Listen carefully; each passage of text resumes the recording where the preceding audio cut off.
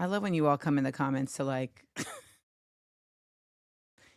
just sound like you're like you know things.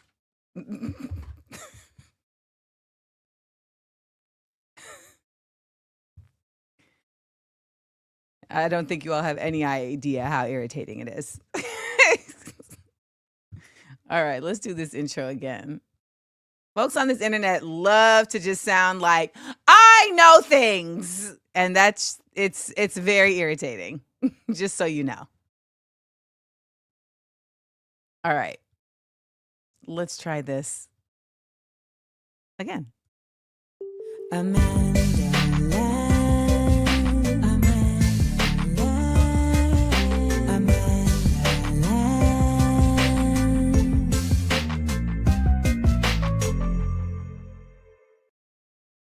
All right. You know what? You know what's funny is that the person I was talking about is the only person who responded to that statement. Everybody else just put seals and LOL. But the one person who I was actually referring to is the only person who was offended by that statement. So she can get right out of here. And then she had some slick mouth stuff to say. Where's she at? Let me find her so I can remove her.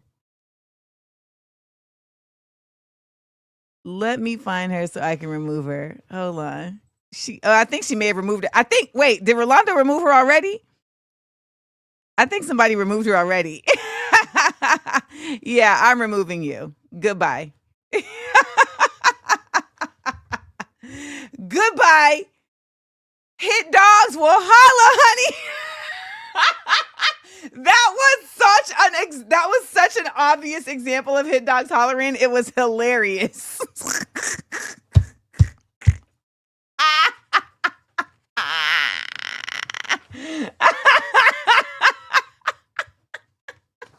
Oh my gosh. That was such a literal example of hit dog hollering. I can't even believe how obvious that was. None of y'all, nobody else had a response except the one person I was talking to whose name I did not even mention. Let me tell you.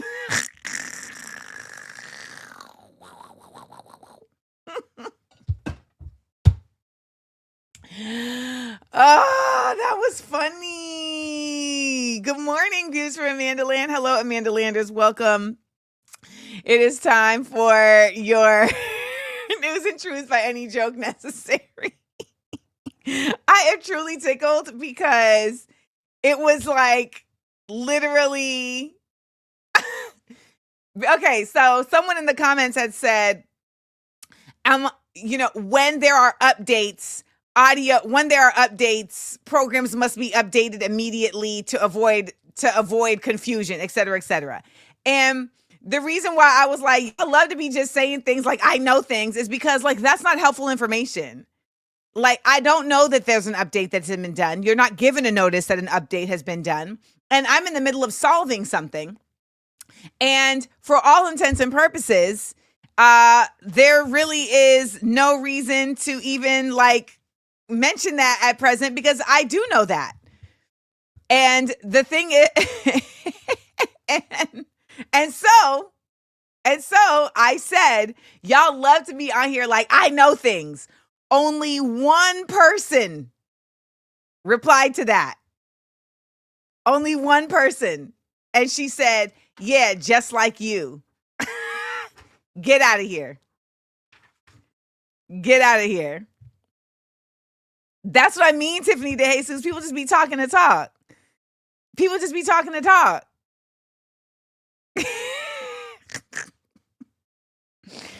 And yeah. Does that bother me? Yes. When I'm in the middle of trying to solve something and someone comes with let me tell you how much I know more than you, it's irritating. Like, the issue was not about me not knowing that you need to update, that you need to restart something when there's an update. I know that. However, this program does not let you know when there have been updates. So Yes. Thank you, Captain Obvious. Yes, Brandon McGrath. She was nagging at me, but it's normal internet behavior though. That's why I said it and wasn't even going to check her on it. Because normal internet behavior is let me tell you how much I know more than you. That's normal internet behavior. Unless somebody asks for my assistance, which people do often, and which I do often, I'm going to let them work it out. There's nothing y'all are going to help me with in the world of locations that you're in right now while I'm trying to fix something that is solely at my location, unless, I don't know, whatever. My point of the matter is that was funny because it was literally like, I don't feel the need to call this person out because I'm just making a general statement.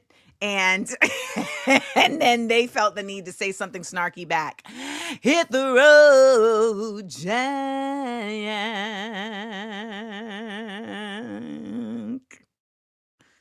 Yeah. Oh, someone asked about my outfit. Y'all want to see my outfit? Y'all ain't even ready for my outfit. Y'all ain't even ready for my outfit. There's pants. Well, Jalissa, just because you don't think you saying it should bother anybody doesn't mean it doesn't bother anybody. And that's really the conversation. Just because we don't think something should bother somebody doesn't mean it doesn't. Okay? And that is the lesson that we learn about empathy. Just because we don't think it should bother somebody doesn't mean it won't bother somebody. That's it. And all you can do is be like, all right, now I know that bothers you. That's it. It's easy. Once you start to apply that, it's real easy. It's real easy. Jalissa, what are you talking about? Who has a problem with you saying free Palestine? What are you talking about? You're like in your own chat right now. Whoever Jalissa Gutierrez is, you're in your own chat. Get out of your ego. The show is not about you. The show is about education. Ain't nobody focused on you and saying free Palestine. I don't know. And if they are, get them out of here. So don't nobody care about you saying free Palestine. Please. What are you talking about?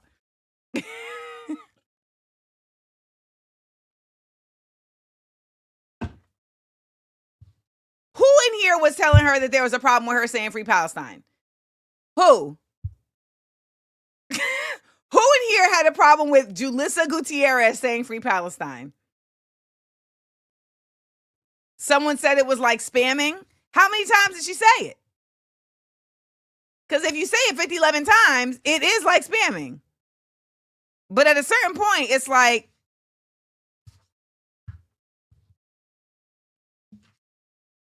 at a certain point, it's definitely like, how many times you gonna say it? We are all here, and we always say free Palestine. Oh, she kept posting it 5 times? Then they will absolutely be like, cut it out. She X said Agrippa times. She X, where are you from? Because Agrippa times is really some New York. All right, we're all about free Palestine. You don't need to say it 50, 11 times. And we are here about that. So there's no need to. Oh, Compton Cali, baby. All right, that works. All right, well, we're off to the races, folks. We're off to the races. We are here today. We will be joined by the. Oh, my mouse is acting up. We'll be joined by the Great Migration Griot. We're gonna have some history today. Don't we love some history? I love it when we get to do some history. So we're going to be joined by Chianta Dorsey, Great Migration Griot on Instagram. And she is going to be talking us about the Great Migrate.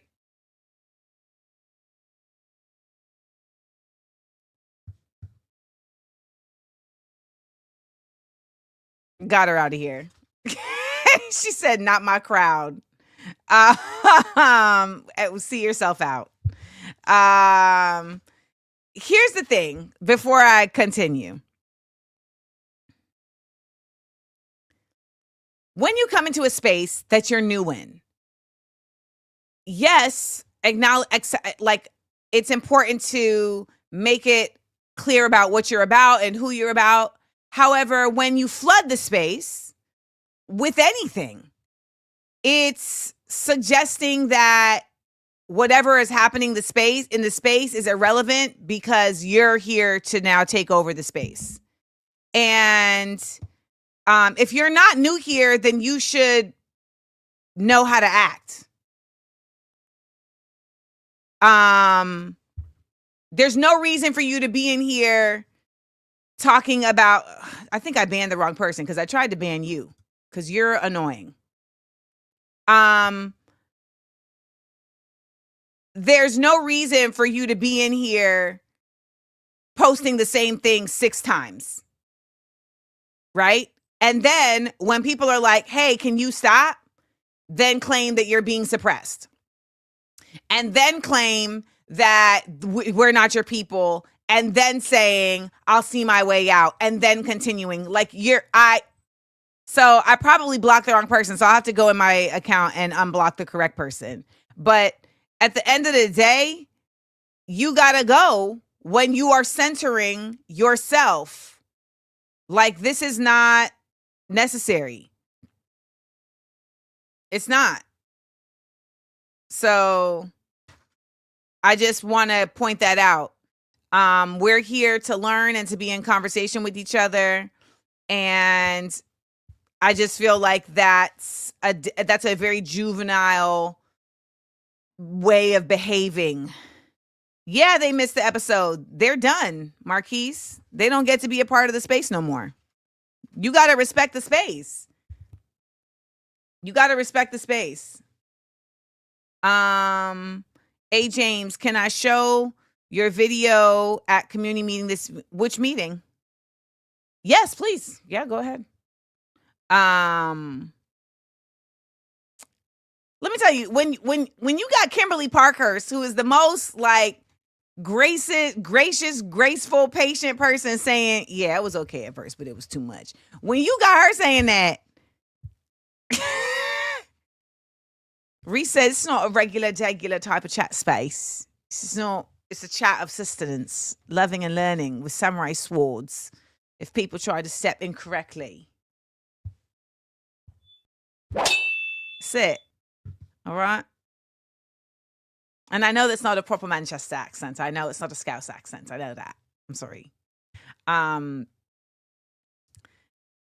Angela said the technical difficulties ushered in some trolls. Right. Don't come in here disrupting class. We got a solid like 500 to 600 folks that be here every day. And I'm cool with that. Y'all cool with that. We cool with that. Jonathan said, I'm going to be really disappointed if Reese turns out to not have an accent. So, we be here every day, and that's fine. It like at one point I was like, we have more. It's fine. We have a solid group that contributes on a regular basis. Now, let me give you a heads up. I will be out the week of April 28th, 29th, and 30th. I will give an assignment during that time. I've already planned the assignment out. I will give the assignment during that time. Okay? But I will be out the 28th, 29th, and 30th. Okay? So, good morning to everybody. Wishing you a beautiful morning. There's been a lot that's happened overnight. We have Chianta Dorsey coming on at 11 to talk about can people in the chat please school the people in the chat who don't understand what this is? To talk about the Great Migration. I will also be doing a critical thinking exercise around media manipulation and China. So that is what we're going to be talking about after. Actually, you know what? I think I can get into it now. Yeah, let's get into it now. Actually, okay, so let's do this real quick. We got our roll call. Hey, hey, hey, hey. Ooh, la, la, la, la, la, la, la, la, la. I don't know what that was, but we here. Come on, y'all. Amanda Landers here to learn. Drop in and tell me where you watching from. Good morning. Come on. Amanda Landers here to learn. Drop in and tell me where you're watching from. We got LA County, we got Jersey City, Southern Oregon, Lagos, Nigeria, Cincinnati, Duval. We got Bay Area, Denver, Colorado. We got Lake Wales, Florida, Tejas, Chicago, Pismo Beach, California, sunny Manchester, UK. We got Wausau, Wisconsin, Nashville, Tennessee, Tampa, Florida, Minneapolis, Uptown, NYC, LaGrange, Georgia. We got Stockholm, Sweden, checking in. Hey, and Edinburgh, Scotland. We got East Flatbush, Brooklyn, and Oakland. We got London on a sunny day.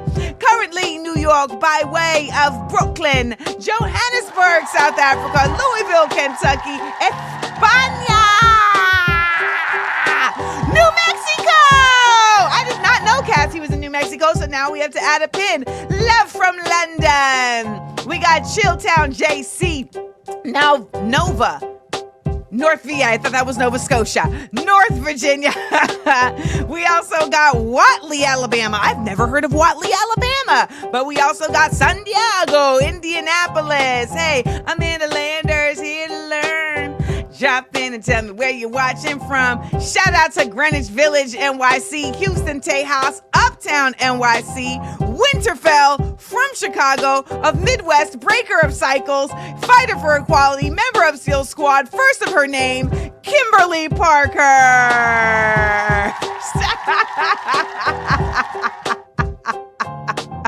Amanda Landers here to learn. Thank you for telling me where you're watching from.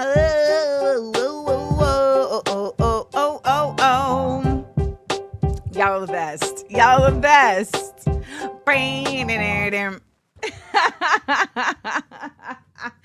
All right. Why am I hearing military helicopters?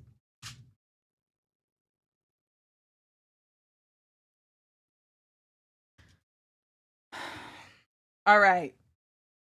Let's see. We got Wisconsin and we got New Mexico. And I'm just going to add another pin to Alabama simply because I've never heard of Watley, Alabama. So it was literally like it was a new state because I've never heard of Watley, Alabama, and we had somebody from Watley, Alabama. So bam! Look at that. Look at that. Good for us.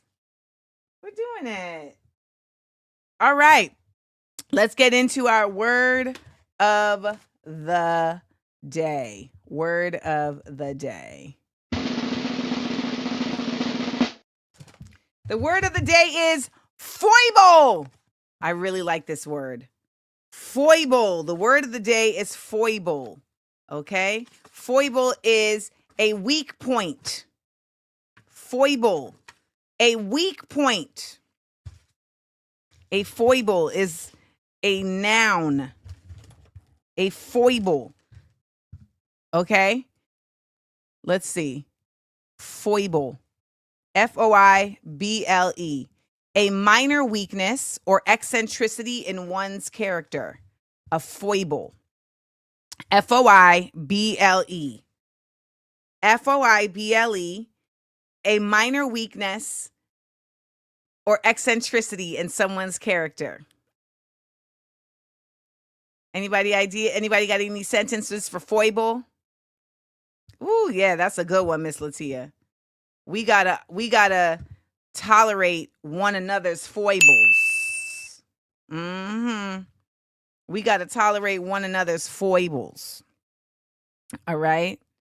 No, Delisa, that is not proper use. My ex is a foible boy. It's not a proper use. He may have several foibles, but the way that this was used is as an adjective, and foible is a noun. Nan Garvey says, I love me, foibles and all. We love you too. So this is so this there's a error that's happening here in the chat where you guys are using foible, but I think you're thinking of the word feeble, right? The United States has a feeble constitution, and the definition of feeble is weak. Okay, feeble is weak, lacking physical strength, especially as a result or illness. So let's not confuse foible and feeble. Foible isn't really a negative connotation, but it's also a noun, right? So we have to understand the unique nuance between those differences. Foible and feeble. So when Carmen says Trump's foibles are all fake, it's all theater, she gets a ding because we know that is true. This is a good one. Too many foibles is a red flag. You ain't lying. Carol says his obsession with hoarding was a foible I could not deal with. Listen, so we got to that earlier. I was saying sometimes people have things that offend them that you're just like, I don't know why this offends you, but I mean, I guess it does. And that's your foible. Marquis says they do mean the same. Foible comes from the French word feeble, meaning feeble. They don't mean the same. They may mean similar things, but they are not used the same. One is an adjective, one is a noun. Feeble is a noun. Feeble is an adjective, Feeble. She has a feeble argument. The Constitution provides feeble support for Black people. His behavior, after, he was angry, and thus his ability to protect it, to keep himself calm was feeble. Foible is a noun. Foible is a noun. Foible is the weakness. Does that make sense? Foible is the weakness. Great. Fatima says the new norm is hearing about political foibles every day. There you go. Yep. And Lauren says, it is important to recognize that the foibles we all possess do not define our true selves. Absolutely. So remember, the difference is that a noun is a person, place, or thing. So a foible is a thing, right? And then the adjective is a descriptor. And then an adverb describes a verb. So yesterday we had summarily, which describes an action. And I've always struggled with adverbs, being able to identify them. It's like I use them, but I don't realize I'm using them. So that's the word of the day, foible, Foible, foible, Foible. And it's also the weak point of a fencing blade. There we go. There we go. So, also just want to really quick, I want to shout myself out because for all of my writers out there, we know about APA style of citation, right? The American Psychology Association uses APA. It's a very common way of citation, and it is how many of us have been taught to cite when we are writing research papers. Y'all, on the APA website, your girl's Small Doses podcast is one of the references for how to cite a podcast.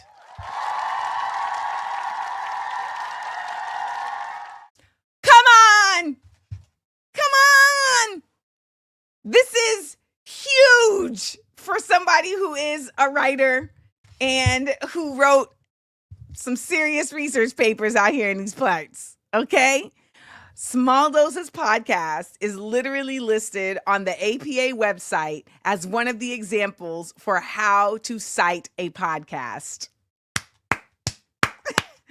Bum, bum. We made it. We made it. We made it. We made it. Yeah, I made it. I made it, y'all. I did it. I did it. I'm so proud of myself. So, yeah.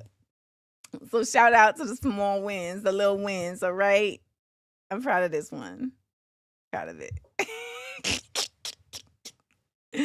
So, wanted to share that with you guys. I'm definitely going to print this out and frame it, Felicia. You are 1000% on point. That is something I'm absolutely going to do.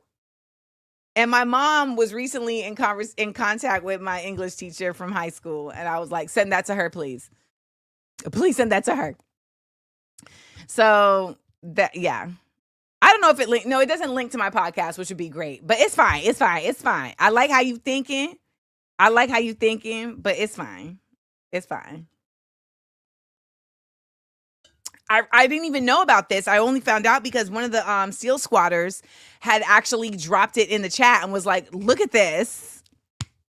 So thanks, guys. We actually have a new episode of Small Doses Podcast that dropped today. And if you haven't been listening to Small Doses Podcast, I don't know what you've been doing. And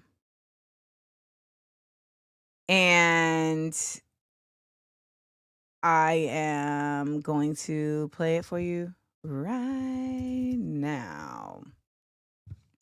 Hold on. Side effects of how COVID affected young lives.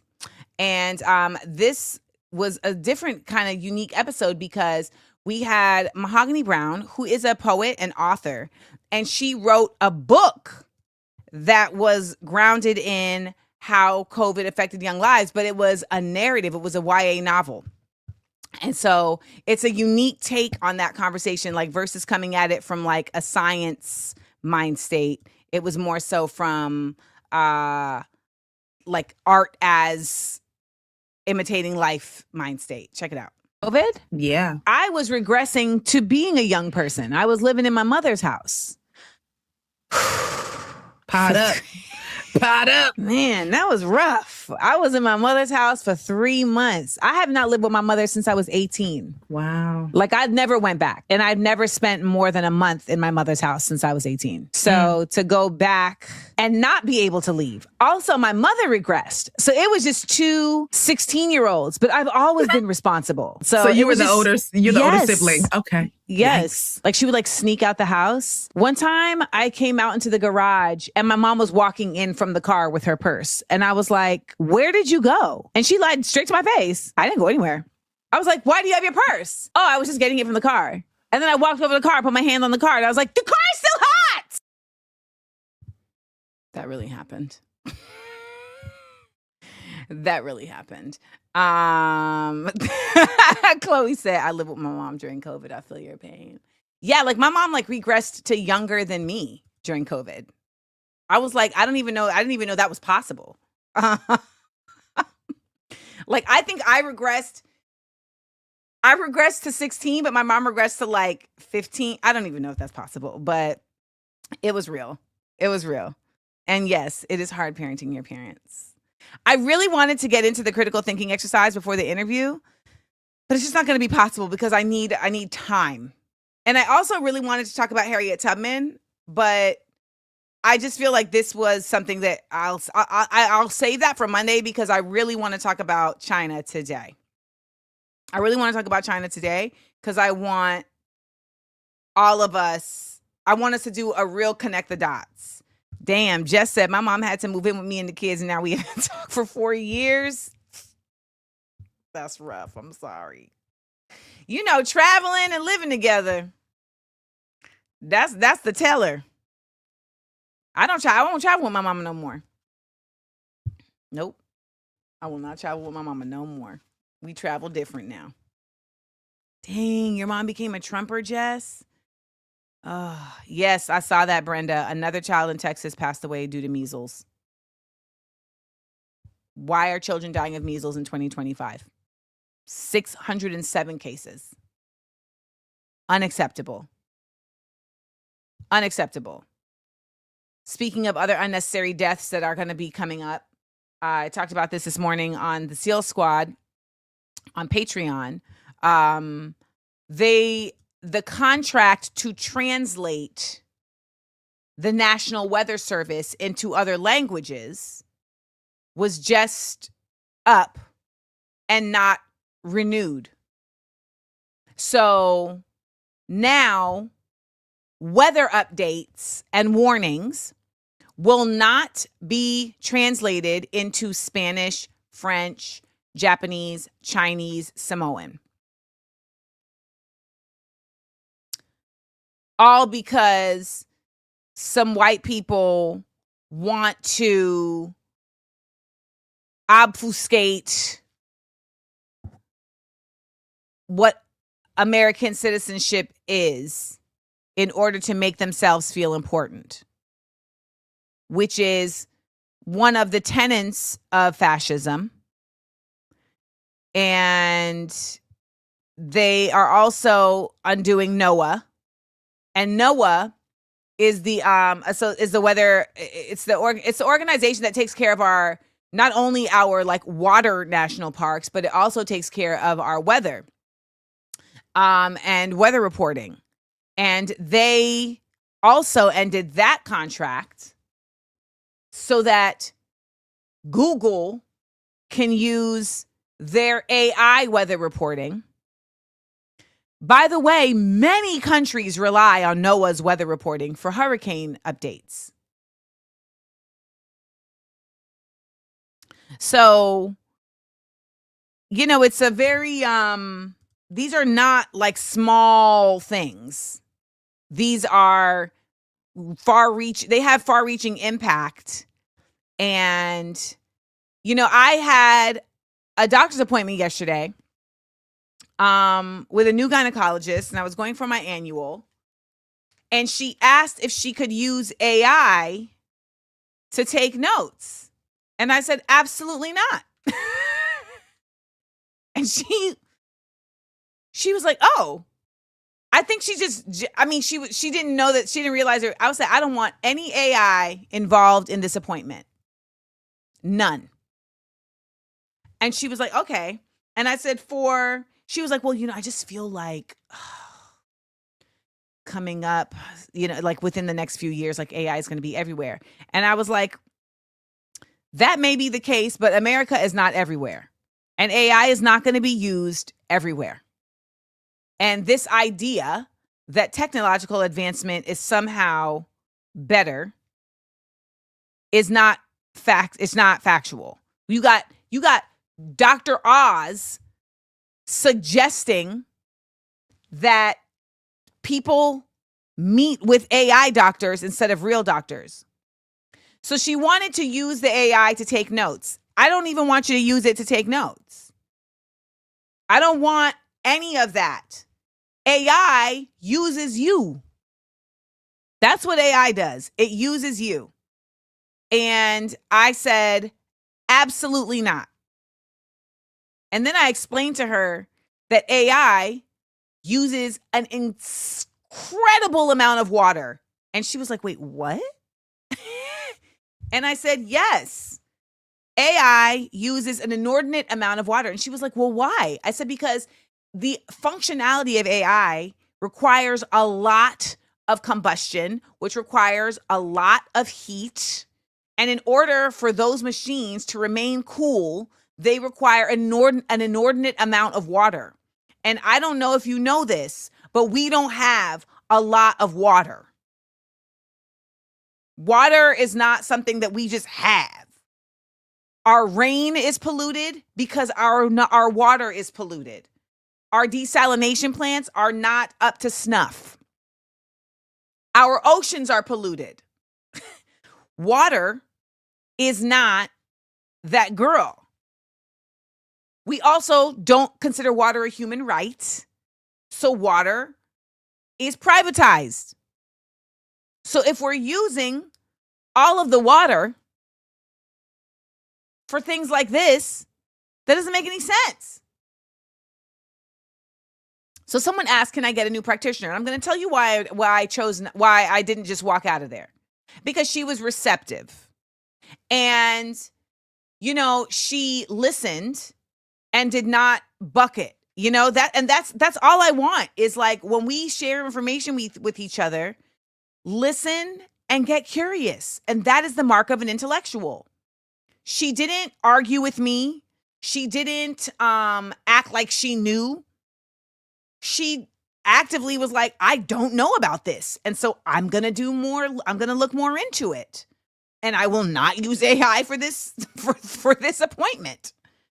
And when I had walked in there, I had just read about this whole possible situation with martial law and blah, blah, blah. And so then I started talking to them about that. By the time the session was done, we had covered AI, Trump, the Democrats' complicity in Trump, and Palestine. And by the time I left there, I was like, okay. And I literally said to her, your politics are in line for you to look at my vagina. So we can go. we can continue. I'll allow it. And then the nurse is in there like, yep. Because I was like, we have to be teaching each other how to be kind to each other. Like, they got a whole sermon, y'all. They got a whole sermon with my titties out. They got an entire sermon with my girls out and a thin piece of paper over my legs while my thighs was in stirrups. Because they have new stirrups now, y'all. Your heels aren't in the stirrups, your thighs are. They got a whole sermon. You know what's also hilarious is that gynecologists, I don't think they be remembering that, like, I know you do this all day, but I don't do this all day. So she's having a whole conversation with me while she is physically inside me. Like, a little bit of pressure. Well, the Democrats could have stopped all of this.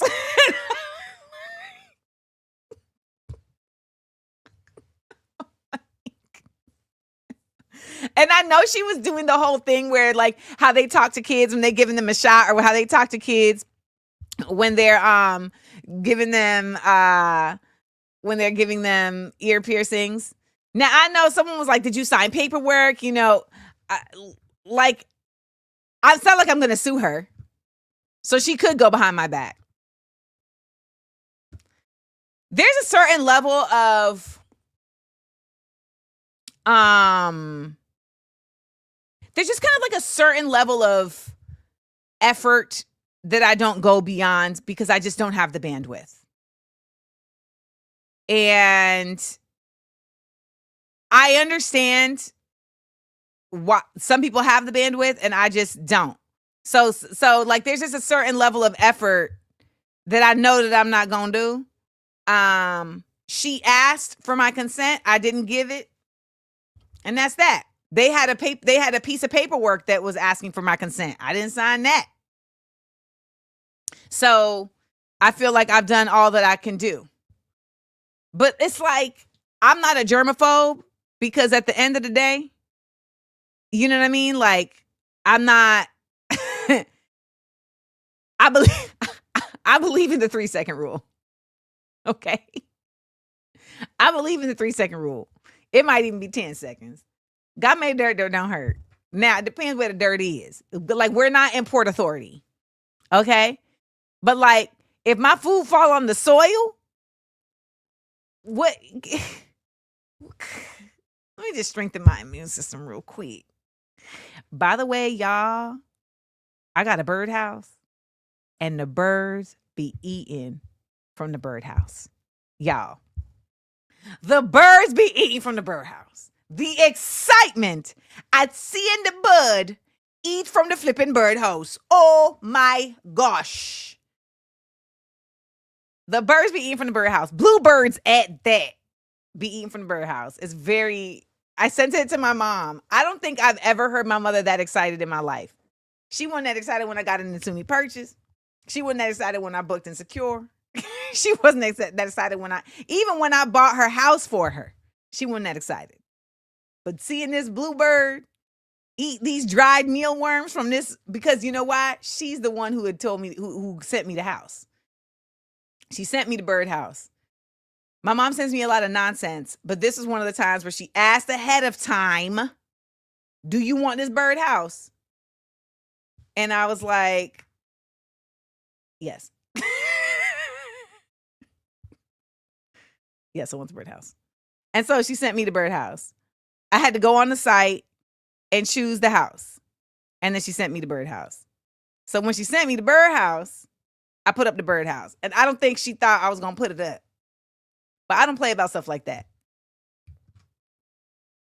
So I put up the Birdhouse. So our guest is here, but I know y'all want to see the birds eat from the Birdhouse. I know that because I know y'all. Okay? I know that because I know y'all.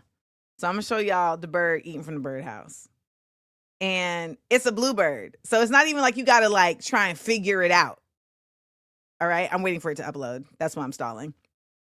But this is when you know you old. There's a few things that show you old.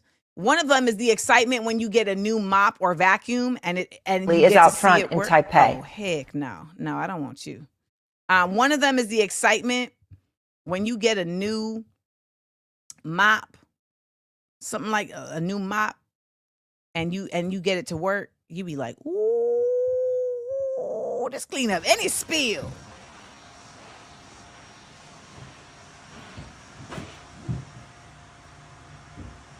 Okay, we see the bluebird. Oh. Now I gotta figure out how to figure out a way to stabilize it.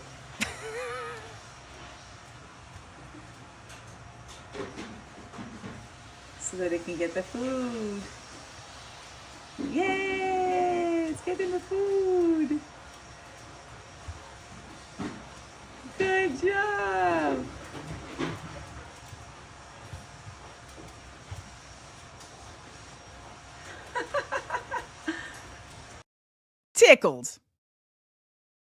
Tickled. So shout out to my mama for sending me the Birdhouse. Shout out to me for going and getting the bird food. And so now every day I walk by the Birdhouse. And it's supposed to feed out more, but because it's not seed and it's the mealworms, it doesn't feed out as fluidly. But I feel like the mealworms is better for them. And you should also know that I absolutely spilled all of the mealworms from the Birdhouse onto the ground. So that absolutely happened. Yes, I saw it happen before it happened, and then it happened. So I know they had a feast down there. Well, we about to have a feast of knowledge. Okay? We about to have a feast of knowledge because Chianta Dorsey is here to school us and teach us about the Great Migration. So let's get our Ambassador of the Week intro and bring her up.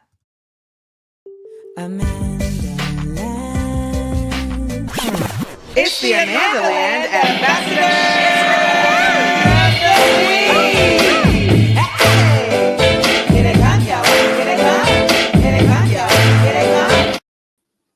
Welcome, Chianta. Is it Chianta? It's Chianta. It's Chianta. Okay. Welcome, Chianta Dorsey, to Views from Amanda Land. Thank you for having me and inviting me on. I was very surprised at the invitation. I'm like, little old me. Listen, we love an expert, honey. Okay. And you know, this is a nation that does not honor experts. Like, it's a problem. People really be like, I know just as much as you. Do you? I don't know. The woman's name is Great Migration Griot. I can promise you she gonna know more about the Great Migration than me. I know she will.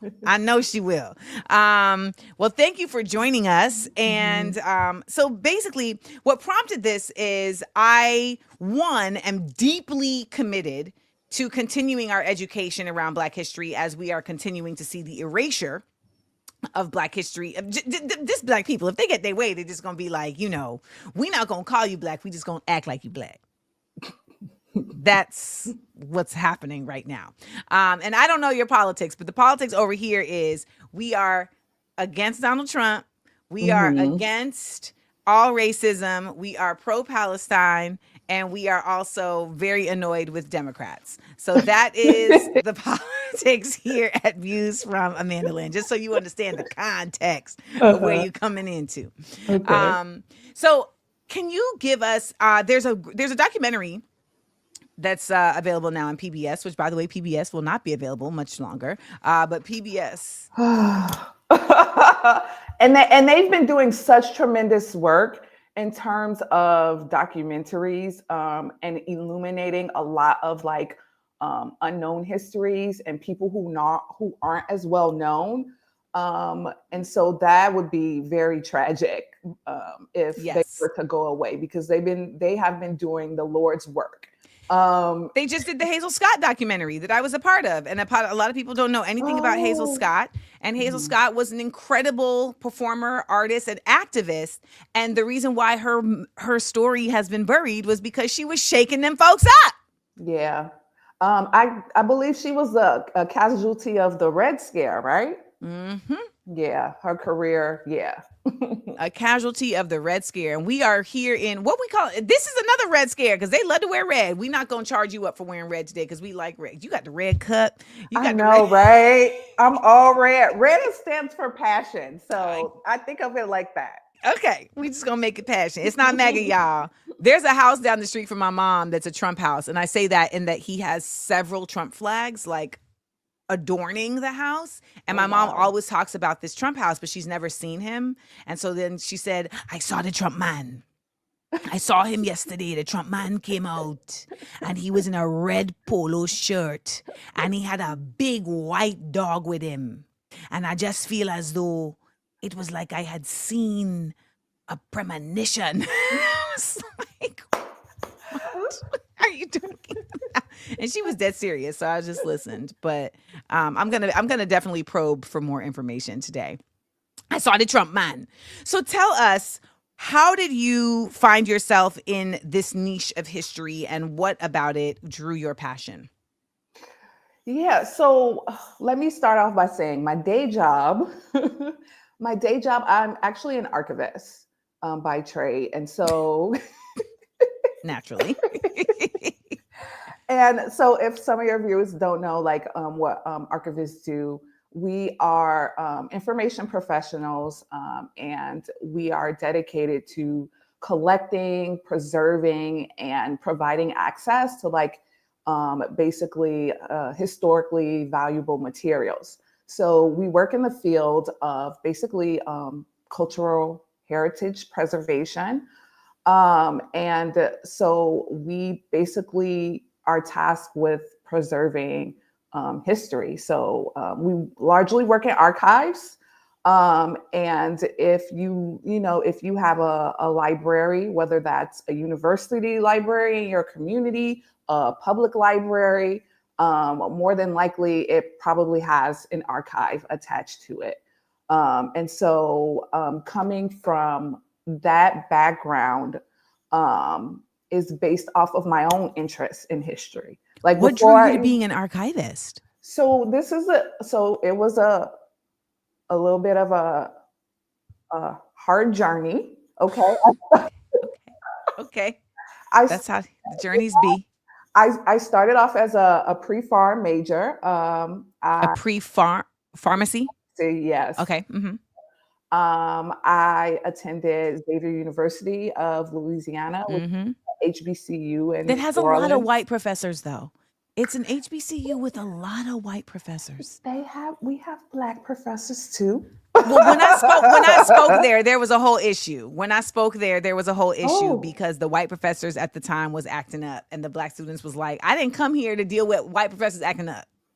Wait, when was this? When did you speak? I mean, this is years ago, but I just will never forget that because I really was like, aren't we at an HBCU? And they was like, exactly. Yeah. So when I was there, yes, it was half and half. It was like a large white faculty as well as Black faculty. So, I was a pre-farm major, and I got to organic chem, and I was like, no, this ain't it. You got to know when to hold them and know when to fold them. I'm like, this is not it. I can't be out here a mediocre pharmacist. But I love history. And I had always loved history. And so I decided to change my major to history. Okay. And then I got to my senior year in college, and I said, well, what can I do with the history degree? Because I didn't want to be a professor. Yes. Okay. And so I actually did an internship at a local archive, the Amistad Research Center, which is an independent archive in New Orleans. They specialize in preserving the history of African Americans. And my supervisor at the time, she said, wow, you're doing such good work in your internship. Maybe you should go to library school and be an archivist and major in archives management. And so that's how I got into, Did you field. even know that job existed, like in a real way, as like a course of life? Because I feel like a lot of times we don't be knowing the jobs that are out there. Yeah. No. When I found out that you could be a treasure hunter, I was like, what? That's the whole job. Yes. Get out. Yes. It's an actual job to be a treasure hunter. Oh, wow. And it's like funded by NOAA, which is like the American, it was the American department that deals with our oceans. Yes. Wow. I did not know that. But I didn't. I didn't quite know about archivists. That me majoring in history was actually the first time I had to go use an archive. Right. So, they had all these rules, which I thought was strange. Like I had to check my bags. I couldn't use pen, like they had all of these original like manuscript documents. And so my first experience actually using an archive, studying history was interesting. Right. But even then, right, it didn't click that, oh, maybe this is what you should do. Yeah. Right. So, but yeah, I thought there were all these strange rules, and, you had to register as a researcher. And I was just like, oh, this is a very official. Yeah. I'm like, this is different. And the first archive I ever visited was the historic New Orleans collection. Are you from New Orleans? I'm not. My father is. Okay. My father, my paternal grandmother is, which I'll talk about later. But so part of what drew me to New Orleans to attend undergrad was the fact that I have family from New Orleans and from Louisiana. Where are you from originally? Chicago, Chi-Town. Okay, shout out to Chicago. We got a lot of Chicago in the chat. And that's a big part of the Great Migration, is Black folks ending up in Chicago. Yes. And so, I mean, when I went off to college, I had a connection to New Orleans. I had been there before. I had went there with my dad and my parents, my siblings. We had traveled there. And so by the time I get to college, where, I'm studying history, I am, forging my path as, a burgeoning archivist. Like I already have a connection to the city and to the Great Migration, but I just things weren't connecting. When you know how you are when you're young, and you just don't have, that perspective, it wasn't connecting for me at that time. But it definitely was a foundation for me starting the Great Migration Griot Instagram community and sort of leaning into like researching my family's own participation in the Great Migration. For the record, y'all, I'm a light hoarder, but I like to call myself an archivist. I'm like, no, this is archives. That's why I have these. That's why I still have. My mom just sent me all of my, like, basically my reading materials from graduate school. So because we had to get our at the beginning of every class, you had to go to this particular print shop and they would print out like all of the reading, because a lot of it wasn't textbook stuff. It was essays and, selections. And so they would be in these big bound books. And I have to do a section of my new book, Body Waving Through the BS, which is available now for pre-order. A section of it is on Black radicalism. And so I was like, well, Mom, you need to send me my stuff. 5 boxes later, I was like, ooh, these are archives. This isn't hoarding. These are archives. Well, a lot of archival collections that end up in archives start off as people's personal papers. Like they consist of a lot of materials collected from them just living their everyday lives, doing their work, studying, and they end up in the archive. So for a lot of personal papers, we get people's syllabi, right? From when they were in college. Yeah. We get their books, we get some of their class assignments, and that actually can illuminate how certain subjects were studied, how they were taught. And it can give you perspective about a person's philosophies and arguments on a certain subject based on like what they studied, the creation of, things like assignments. So, I mean, so what you're saying is yes, people's personal archives end up starting as can serve as a foundation for what actually ends up being donated to archives. So don't and so it's people's own personal collections, and we are grateful that there are people who engage in that type of personal collecting, because they do wind up in the archives and they can give sort of insight into like a lot of like topics and subjects. Like some people donate their own personal family archives, like their family photographs, their letters and correspondence.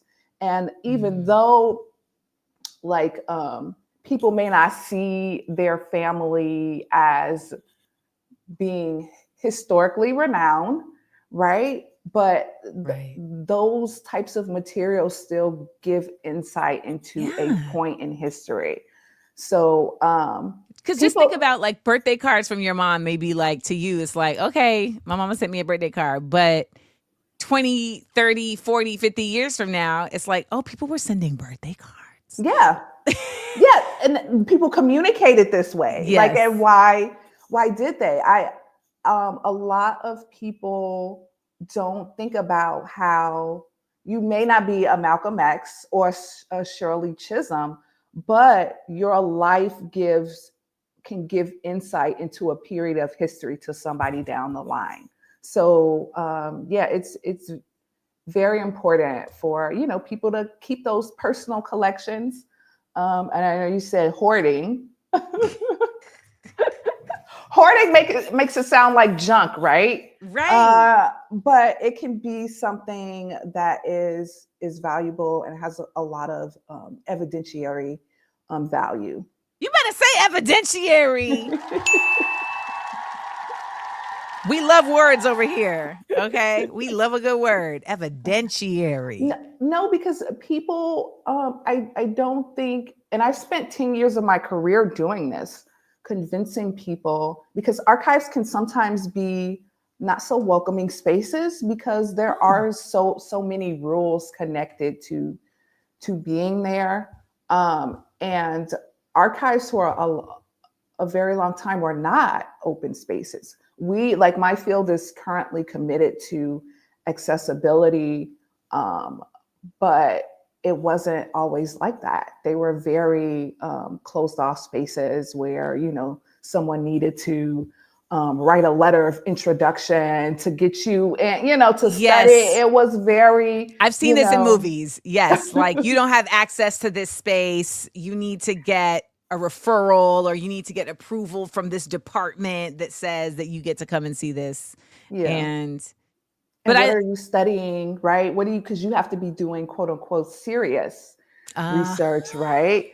And so, like, I've also spent my career dismantling that. You don't have to be doing research to come into the archive. You can just be curious.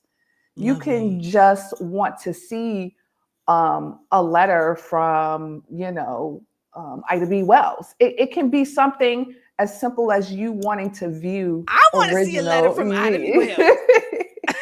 Well, her collection is at the University of Chicago. Her family papers, yes.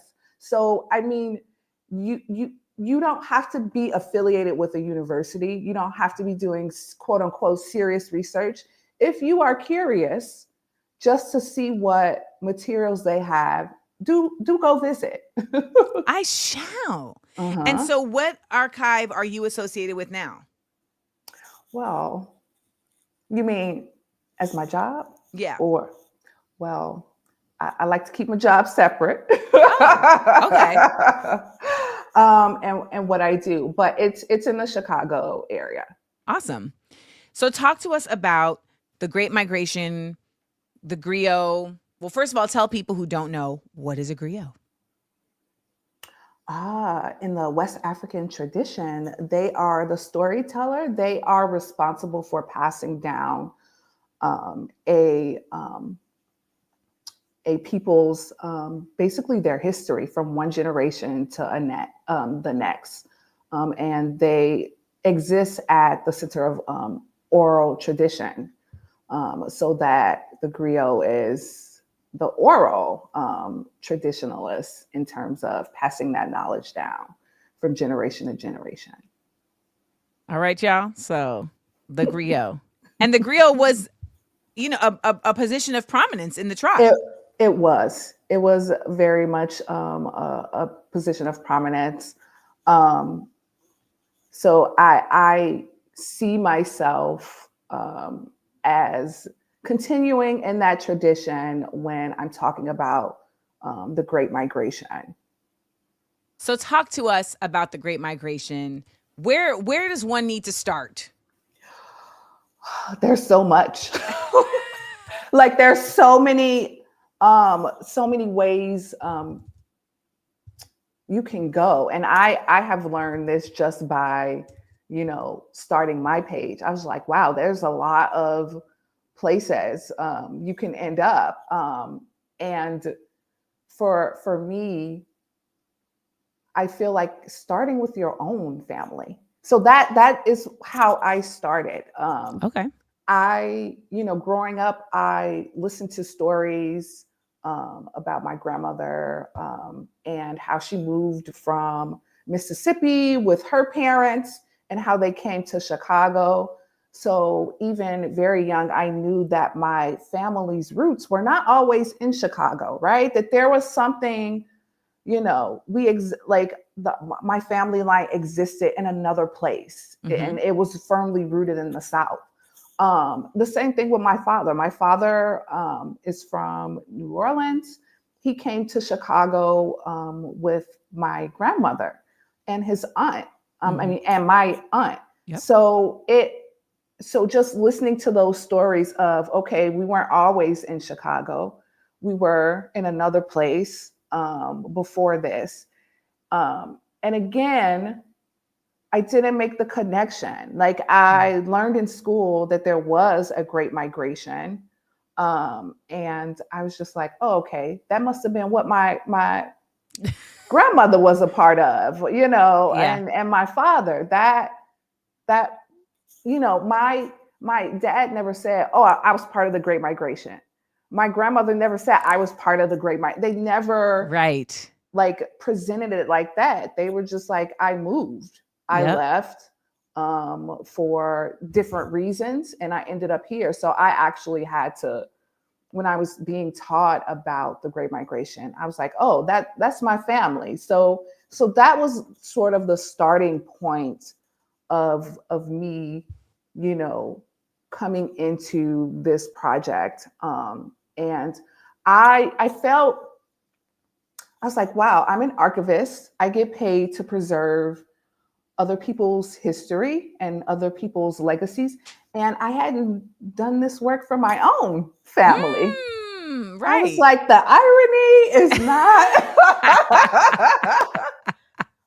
the irony is not lost on me. And so 2 years ago, I committed myself to like, you know, interviewing different family members, learning more about our participation in the Great Migration, and starting this page. So it was very, I guess, somewhat ego led in terms of trying to, you know, figure out, you know, my family's journey and how I arrived, because like without the Great Migration, I don't exist.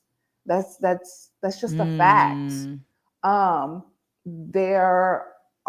don't see any other historical forces coming together right. that brings, you know, my mother and father together, like outside of the Great Migration. So that is, I started with myself, and I got a little obsessed.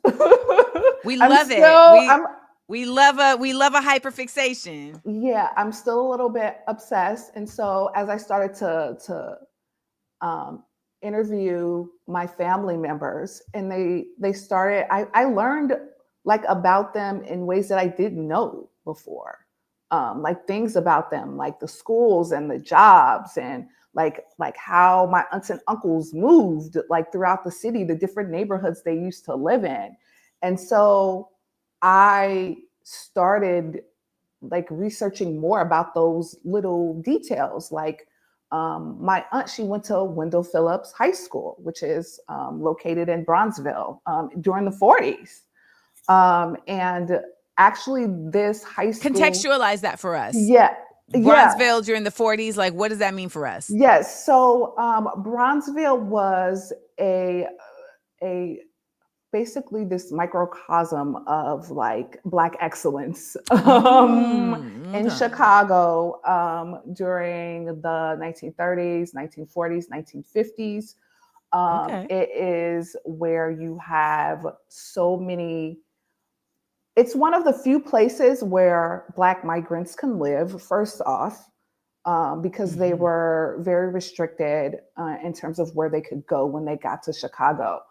And Chicago's Black population during the Great Migration, we're talking about like it like tripled and quadrupled. Like it was like people were arriving faster than what they had housing to accommodate. Right. And again, the fact that you had de facto segregation and a restriction of where Black people could live in Chicago, like exacerbated, like, you know, the living and housing crisis. And so can we just take a moment to acknowledge how much we love Ms. Chianta Dorsey's vocabulary? Can we just, I just want to take a moment. We love it. Just so you know. And so Bronzeville was sort of this like cultural landscape where Black people thrived, and you know they had businesses, they had schools, and they created this. They made a restriction into something in a thriving economic, social, and what will become a political community. And Wendell Phillips High School was one of the high schools that they had to sort of like expand, and it became a predominantly Black high school. It wasn't always that way. But when you as Southerners came flooding in, like it also caused, you know, white people to move out of a lot of neighborhoods. And so Wendell Phillips went from being a predominantly white high school to a predominantly Black high school. And they had to expand it because, you know, Southerners had children. They had to go to school. My aunt was one of them. And she went to school during the 40s. And I found out that at Wendell Phillips, because of you had so many people migrating into Chicago and settling in Bronzeville, they had to go to school in shifts. Oh. Right. So it's just like me sort of like taking nuggets of, you know, personal stories from my family members and researching it even more. So what did it mean to go to Wendell Phillips High School in the 1940s? That was actually a post on my page. I found photos from the 1940s of students at Wendell Phillips. So it's just like just not being satisfied with just the interviews. It's like what was the world? Yeah, like sort of pulling out nuggets of information and researching that even more is what basically I've been doing for the past 2 years. So let's take it even back to just the basics. Can you just lay out for people what is the Great Migration? Because I already saw somebody in here say, why would she be referring to them as migrants? Yeah, so I'll answer that question because that was a heated topic on my page. Okay. It was a very heated It makes topic. Perfect sense to me, but carry on. So just a little background on the Great Migration. It's one of the largest internal migrations in U.S. history. It occurred between 1910 and 1970, and it was basically an estimated 6 million Black Americans migrated out of the South to the Midwest, the East Coast, and the West Coast. And so there are two phases of the Great Migration. Both of them are basically driven by both world wars. So the first phase is from 1910 to 1930. And, you know, World War I, and there was a lack of European immigration. And because of that, all of these jobs in the North had to be filled by somebody. And now, so a lot of people, I think, correct me if I feel like a lot of people think the Great Migration started after the Emancipation Proclamation. Well, there were prior migrations, but the the great one was from 1910 to 1970. Because that was the scatter after that's what they call it, the scatter after the Emancipation Proclamation. Basically, Black folks was just like, we out. Yeah, so it starts in trickles. Like after the Civil War, but the floods come and they're driven by jobs up north. And World War I, there was a lack of European immigration who was doing a lot of the factory jobs. So since they couldn't migrate here to do those jobs, they wanted Black people to basically fill that labor absence. And so the first wave is from 1910 to 1930, and then the second great wave again, which is driven by World War II, and the need for labor up north is from 1940 to 1970. And so Black people leave the South. And just to give an idea of how fundamentally exceptional the migration is. So before 1910, before the Great Migration starts, 90% of Black people are living in the South. Yep. 90%. So only 10% of Black people are living somewhere else outside the South. By the end of the Great Migration in 1970, less than half of Black people are living in the South. So that should give sort of an idea of how many Black people actually left the South. So migrant if we're talking about the period during the Great Migration and that term, migrant by the dictionary definition, right, is someone who moves from place to place like looking for work or better economic opportunities. It's not refugee. That's not the word that people think. I think that's what people are hearing when you say migrant. Yes. And so even when, I was watching the new great migration documentary, I was actually looking to see if they would use the word migrant. And they did. They did use the word and it's just someone moving from place to place, looking for better economic opportunities. Now, on my page, I do use that term. And did they connotate it in the context of the migrants that are coming from Central America and really basically trying to say, I know they did. Yes, why am I asking some people, right? Some people, not all. Some people were saying, okay, they're not migrants. These are American. They were like, these are Black Americans. We're Americans. We're not. We're migrants. I had to do a video on this because I had to do a video. And the issue is still not dead. But people, I said when I use the word migrant, I'm not demeaning them. Right. And I'm not that I know that term is currently related to people, immigrants and people who are migrating here from other places. I said, but migrant is yes. I was like, I'm just referring these to are different words. Immigrant and migrant are different words. Yeah. And I'm like, you guys, but you don't have to be moving from another country to be a migrant. You're an immigrant. You can be a migrant moving from within your country and be an American citizen as Black people were, right? You can also be an immigrant that's not a migrant. Yes. Right? If your beloved lives somewhere that you're going to move to because you're marrying them, you're not moving for an economic, elevation or for work. You're moving for love. Yeah. You're a love-migrant. So it was a very heated topic on my page. And upsets me for you. Yeah. Upsets me for you. So because you're an expert and they're arguing with you instead of learning, which is okay. I don't think so. I don't think so. I don't think it's okay to argue. I think it's okay to ask for clarity because you're not. If I'm on your page and I'm like, why are you using migrant?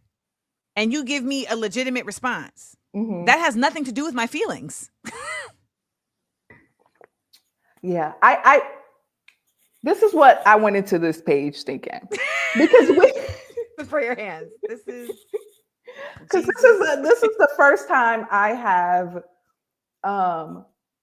ventured into social media land in this way, right? Yeah. So I always expected my page to be a community for descendants of the Great Migration to come. I know you did.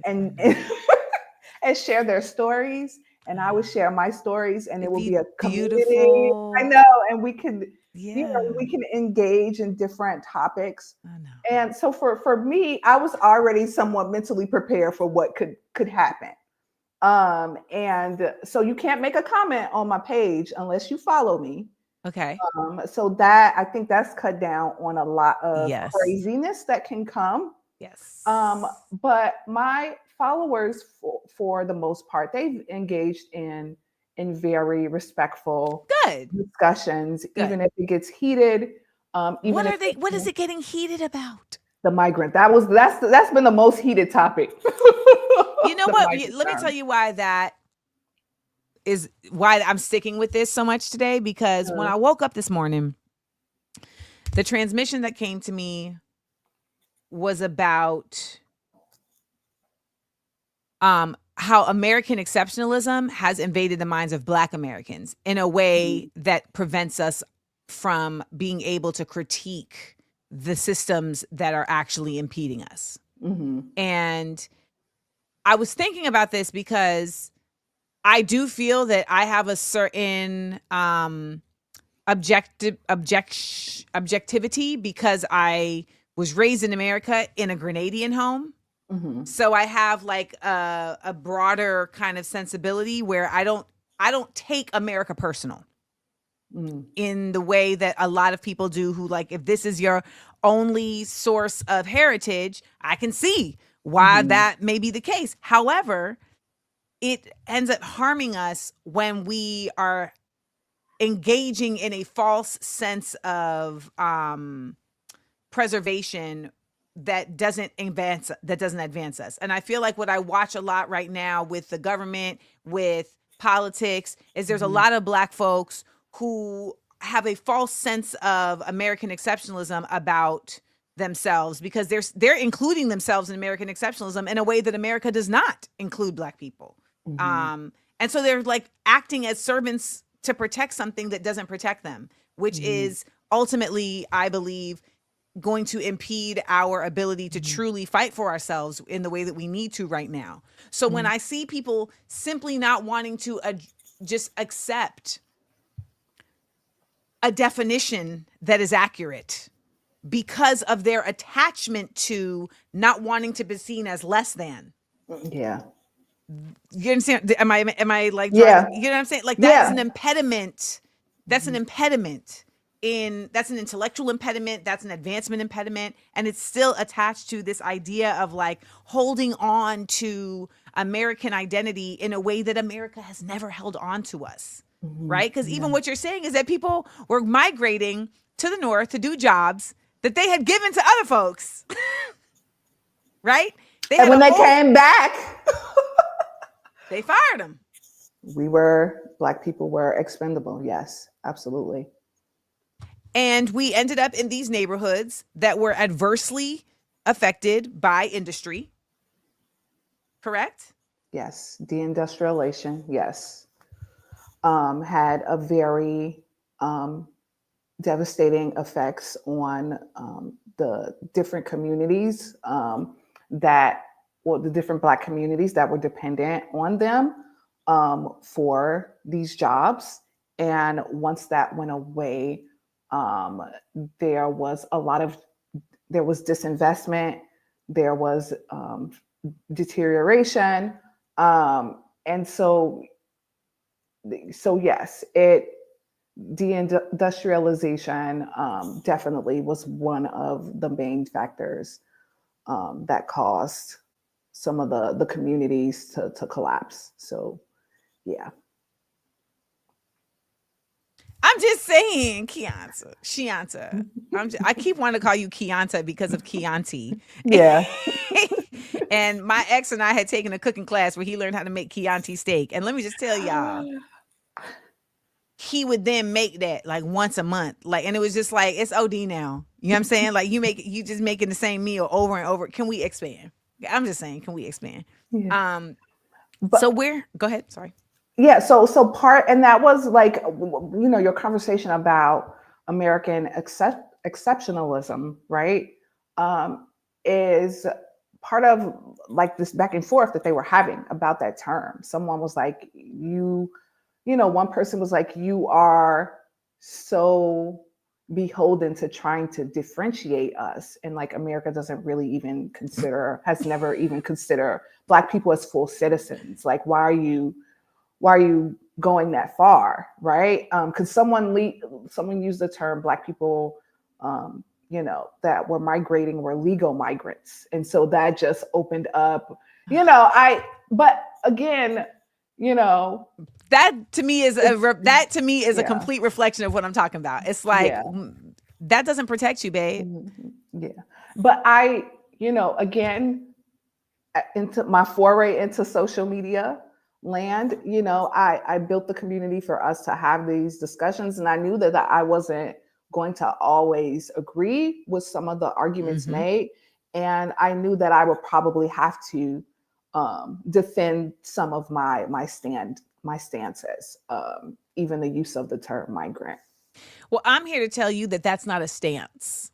That's a definition. Yeah. That's they're politicizing a word that is, it's not like you're taking something like CRT and just making it something else. Yeah. You know, like they took the word woke and decided this means something else. They took, there's a list. There's so many of these words that they have just completely bastardized and turned into all types of things. And at the end of the day, legal or not, a migrant is somebody who moves somewhere to work.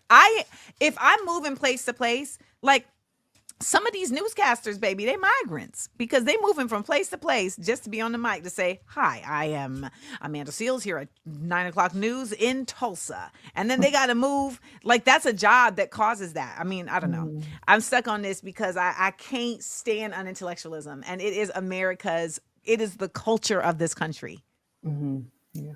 And I want us to. I want you to get your props. You name the site Great Migration Griot. Like you name the page. So tell me this. What are some of the aspects that you feel like people can take from the Great Migration knowledge that you've gained that they can apply perhaps in this time?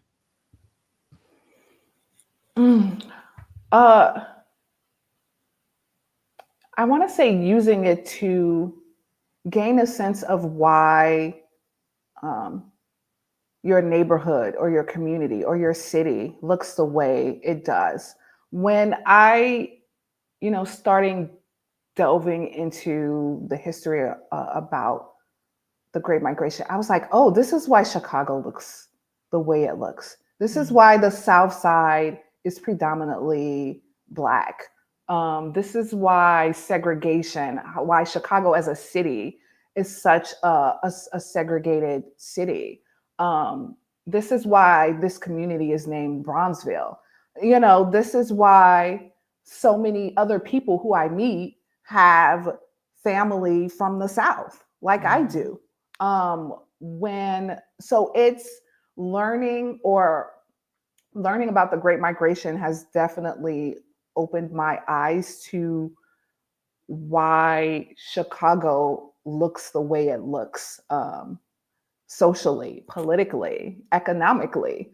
It made me realize why some of the issues that we have with disinvestment in certain parts of the South Side of Chicago looks. Why is the interstate where it is? Right? Like it's it has really illuminated so many things for me in my everyday life. So if you want to delve deep into the Great Migration, I would definitely say look at where you live first and how, especially if you're like in places like LA, Philadelphia, New York City, Gary, Newark, Milwaukee, definitely think about how Black people exist in these cities and how the Great Migration has influenced that existence, because it definitely has. Like that's how monumental this movement was. It changed this country. So it created these thriving Black cultural spaces in the North and the West, in these urban landscapes. And so I definitely think people should think about it along those lines. So we're going to go to some questions. You ready? Oh, yeah. Okay. So it's about migrant. So Cassie Carnahan says, Ms. Dorsey, I have many audio files of grandma stories on my Google Drive. Any idea what to do with this to preserve in a good way? Yeah, so this is the thing about what I call in my field digital preservation. You have to be very vigilant about materials in digital format in terms of long-term preservation. So a book can stay in its original form, and you can still read it and get information from it as long as the book is on a shelf, or if you place it somewhere, you'll always be able to get the information. It'll exist. Right. For digital materials, it's not the same thing. You have something called technological obsolescence. And so what that means, it's an archivist term. So what that means is technology evolves so fast, right? It becomes obsolete. So there used to be a such thing as floppy disks, right? However, they don't build computers anymore where you can read or get the information off floppy disks. Right. So with digital files, whether they are photographs, whether they are AV materials, you have to make sure that you're transferring that material to each evolving technology, right? Yeah.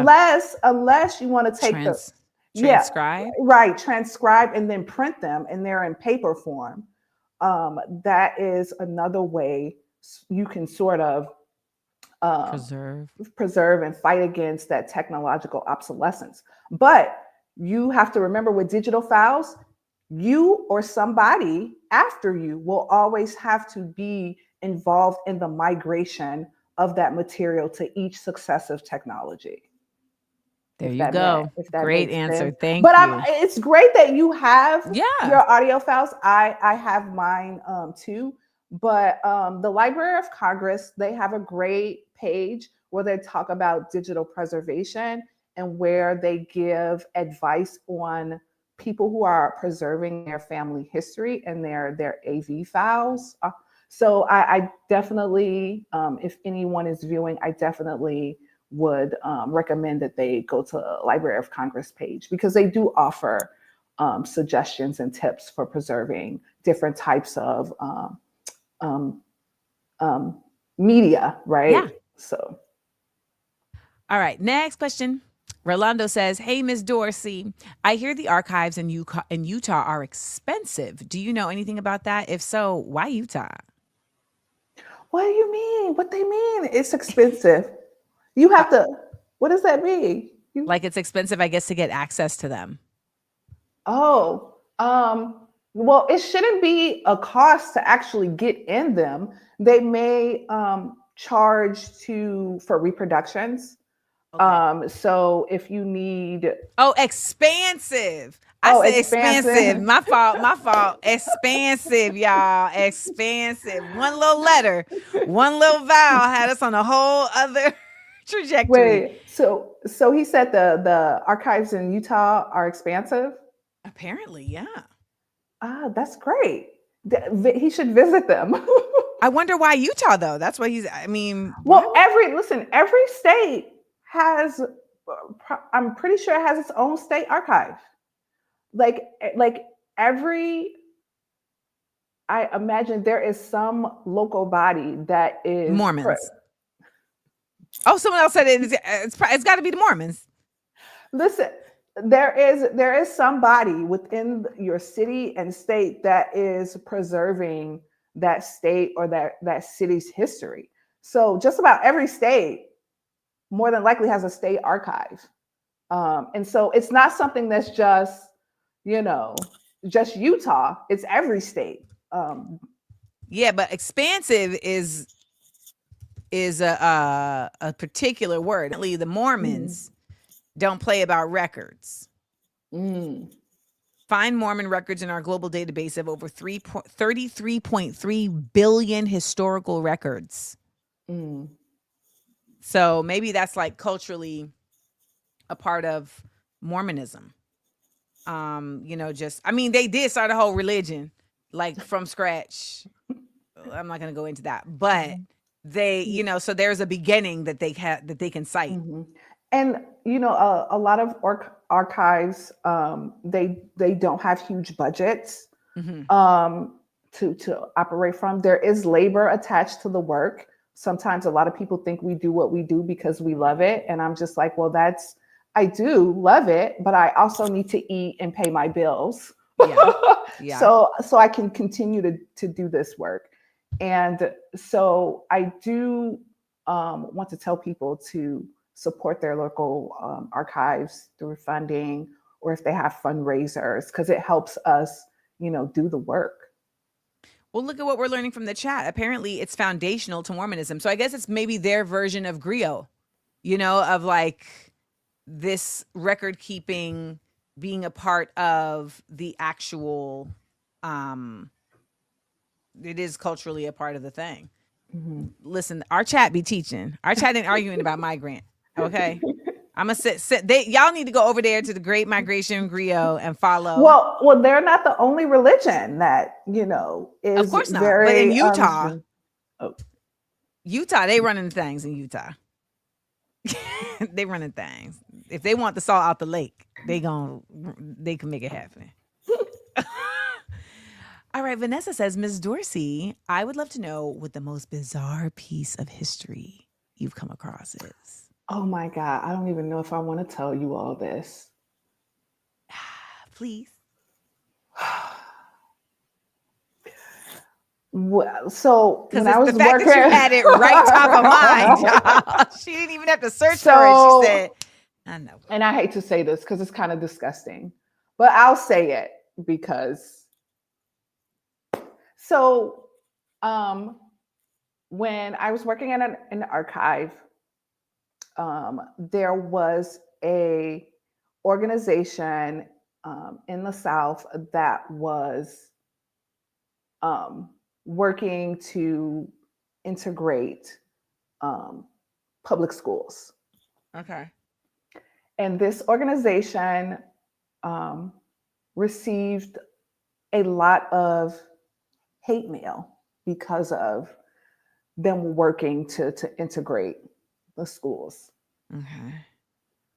One of the pieces, I mean, like terrible, like N-word this, that, it was like, and so one of the letters, which was in Mylar, it was encased in Mylar, which is like a plastic, right? Where you can't actually touch the actual document. And the piece of hate mail says, in Lover, I'm not sending my children, to school with Black people. I don't like your organization. And this is what I think of it. I'm going to wipe my derriere. And on the letter is a stain.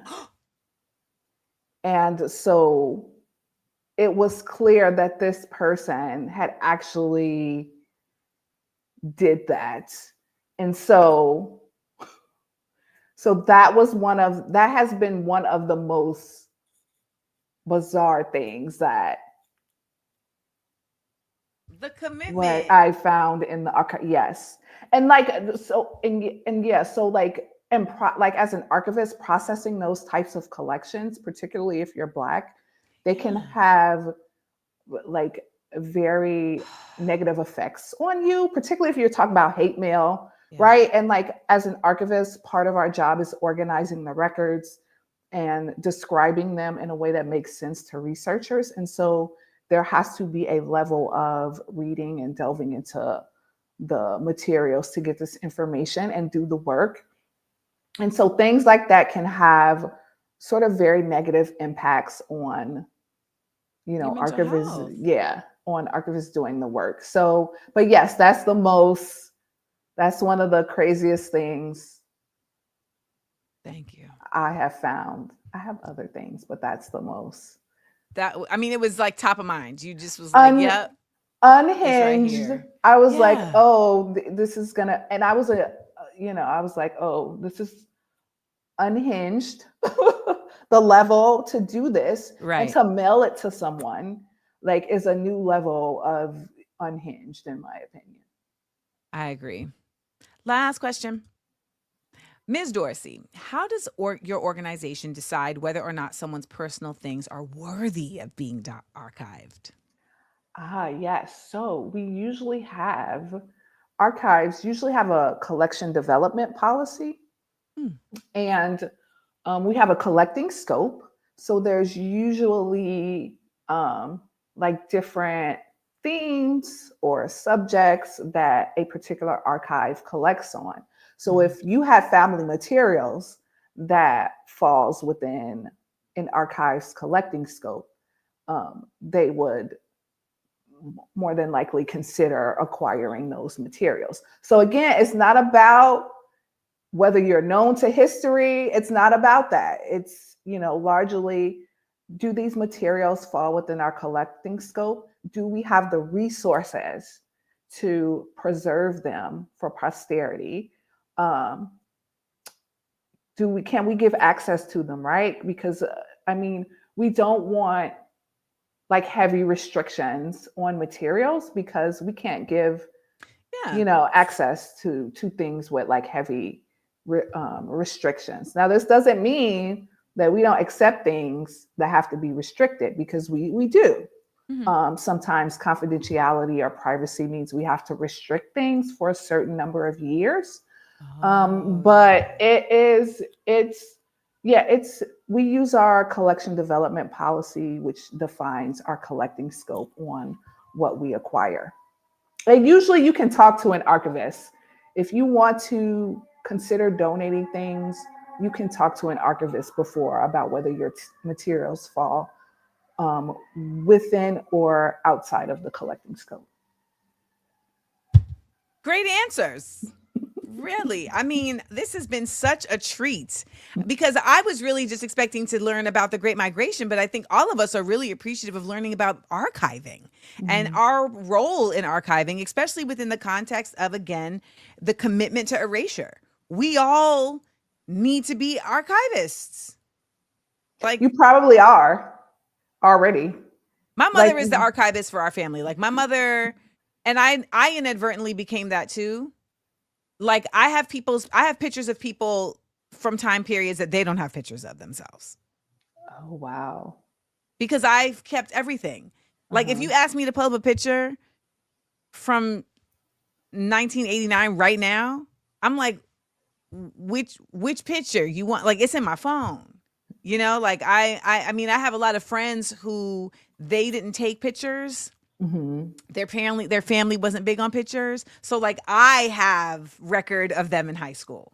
Oh, that's great. Like, I have record of them in college. And they're like, dang, I forgot I had hair. You know what I mean? Like, something like that. Like, my ex, I archived his time in college, like at SUNY Purchase. Yes. Like, he would say that all the time. Like, you have my archives. Well, he can still create it. He still has time. He isn't dead yet. Is he? We don't even know, girl. We don't even know. Is he alive? We don't even. Devon, you out there? I want my money. In case you're listening, he's the type of dude who probably watches this show every day, girl. He probably watched this show every day. Crying. Good Lord. Well, Chianta, you are fabulous, and you all go follow at Great Migration Griot on the IG. We so appreciate the work that you're doing and that you continue to do. And thank you for teaching and schooling so much of us. Absolutely. Now, one thing I will say, L.A. Jones, Levon says, all stuff burned in a house fire. So this is a reason why I do think, physical pictures are great. I also try my best to digitize those and put them into some type of cloud. Yeah. I'm trying to do that. And my mom has been trying to get that done because of the same exact reason. I'm so sorry you lost all those pictures. Yeah, lots of copies keep things safe. That's actually a little acronym in the archives world. It's called LOCKS. Lots of copies keep things safe. So lots of y'all, we learning the lingo. Okay, we learning the lingo. But some families actually donate their families, collections, because they are afraid that they might lose it, like in a flood or a fire. So that is one of the things that can too spur us gaining collections. Fabulous. Thank you so, so much. And remember, if there's any like archive news that needs to get shared, you can come right on back and be like, this is what's going on, y'all, in the archive world. Let me put y'all on. So thank you so much, Chianta. You have a great rest of your day. And thank you for being our ambassador of the week.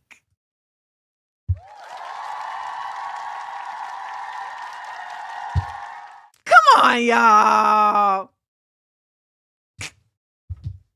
Man, this show is special. This show is special.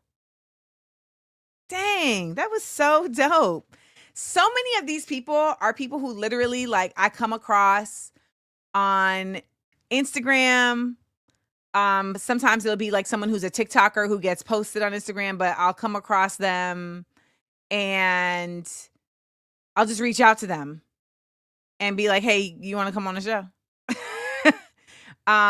Because I'm really trying my best to really also not just center folks who are already platformed.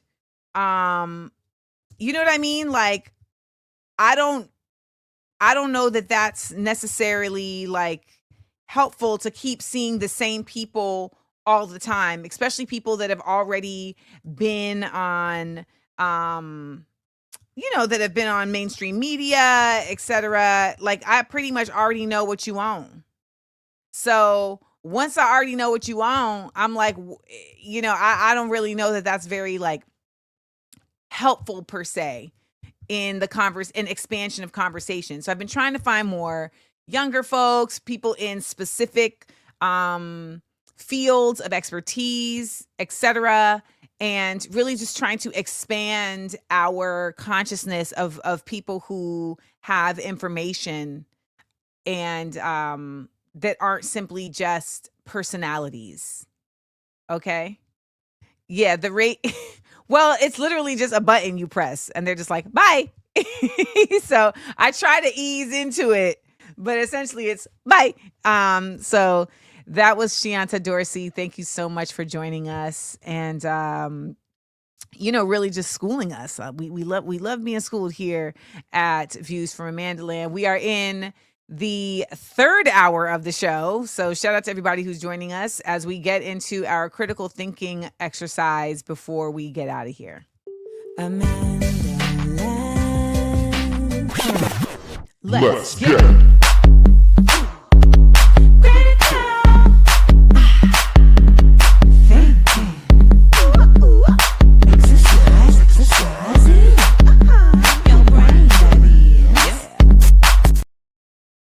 All right, so let's get into our critical thinking exercise of today.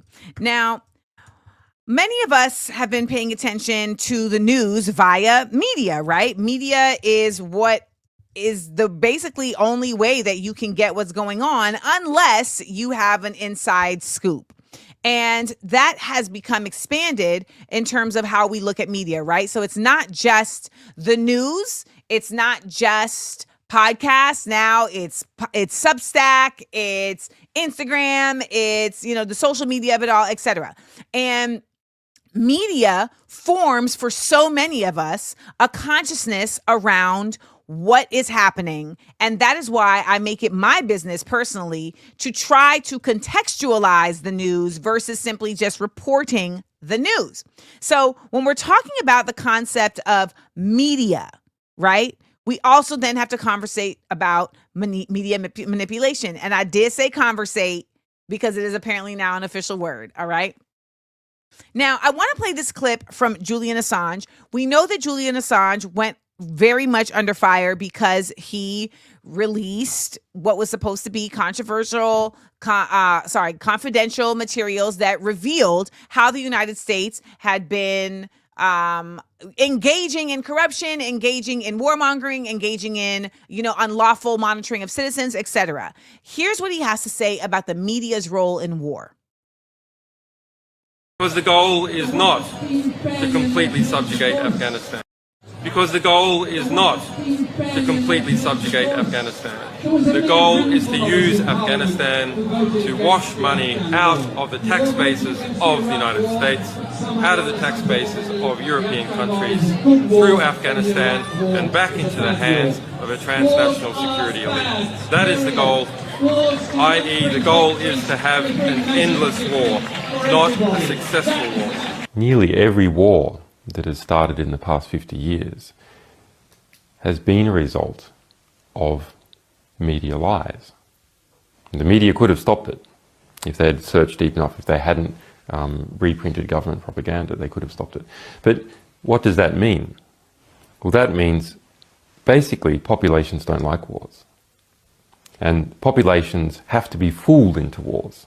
Populations don't willingly and with open eyes go into a war. So if we have a good media environment, then we'll also have a peaceful environment. Did you hear the last thing he said? If we have a good media environment, then we have a peaceful environment. This is an incredibly important point that he's making that I want you to really internalize. If we have a good media environment, then we have a peaceful environment. For what it's worth, you guys here help to make this a peaceful media environment, a good media environment, right? Now, what's been happening overnight, literally overnight, has been an elevation of tariffs in China in response to Donald Trump raising the tariffs on China. China has pushed back again, raising their U.S. imports to more than 80%. So now tariffs on U.S. goods entering China will rise to 84% from 34%, and it started tomorrow. It starts tomorrow. It starts at midnight. Okay? The hike comes in response to the latest U.S. tariff increase on Chinese goods to more than 100%, which happened this midnight. So it happened at midnight last night. So now, as of today, this is where we are. I want to play for you all. So we know that that's happening. So we know that there is a trade war that is being enacted with not just China, but with the world, even with countries that don't have any tariffs on our goods, that actually are importing more goods from America than they export. Two of those countries are Australia and Singapore. Australia and Singapore have now been taxed with a tariff, even though they literally have a 0% tariff on the import of American goods, and they import more from us than they export.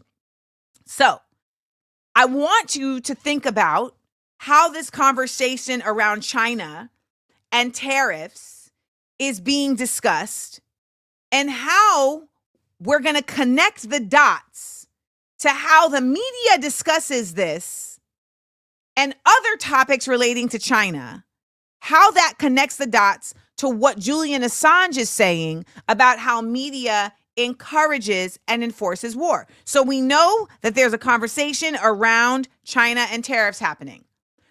This conversation got compounded by comments that Vice President J.D. Vance said. And I want you to see this clip from CNN, and I want us to use critical thinking to discuss how they're discussing this conversation could possibly be engaging in media coloring of the topic with, let's just how media, I'm not even going to lead you, how they're coloring the topic. So let's just listen to the clip. Diana, you get gold star.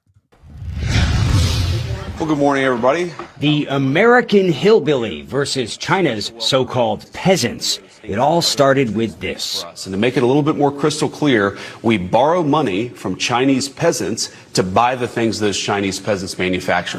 From Chinese peasants. Vance's Chinese peasants comment reaching Beijing within hours. The government's response? Swift and scathing.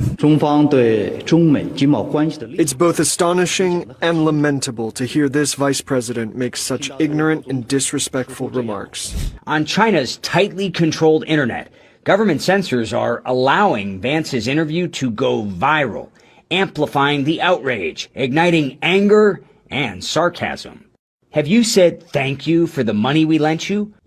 A reference to China being the second largest foreign holder of U.S. government debt, and that infamous Oval Office exchange with Ukraine's president. You should be thanking the president. One hashtag about the Chinese peasants remark shot to the top of China's Twitter-like platform Weibo, with millions of views and counting. Many comments boasting of China's modern achievements.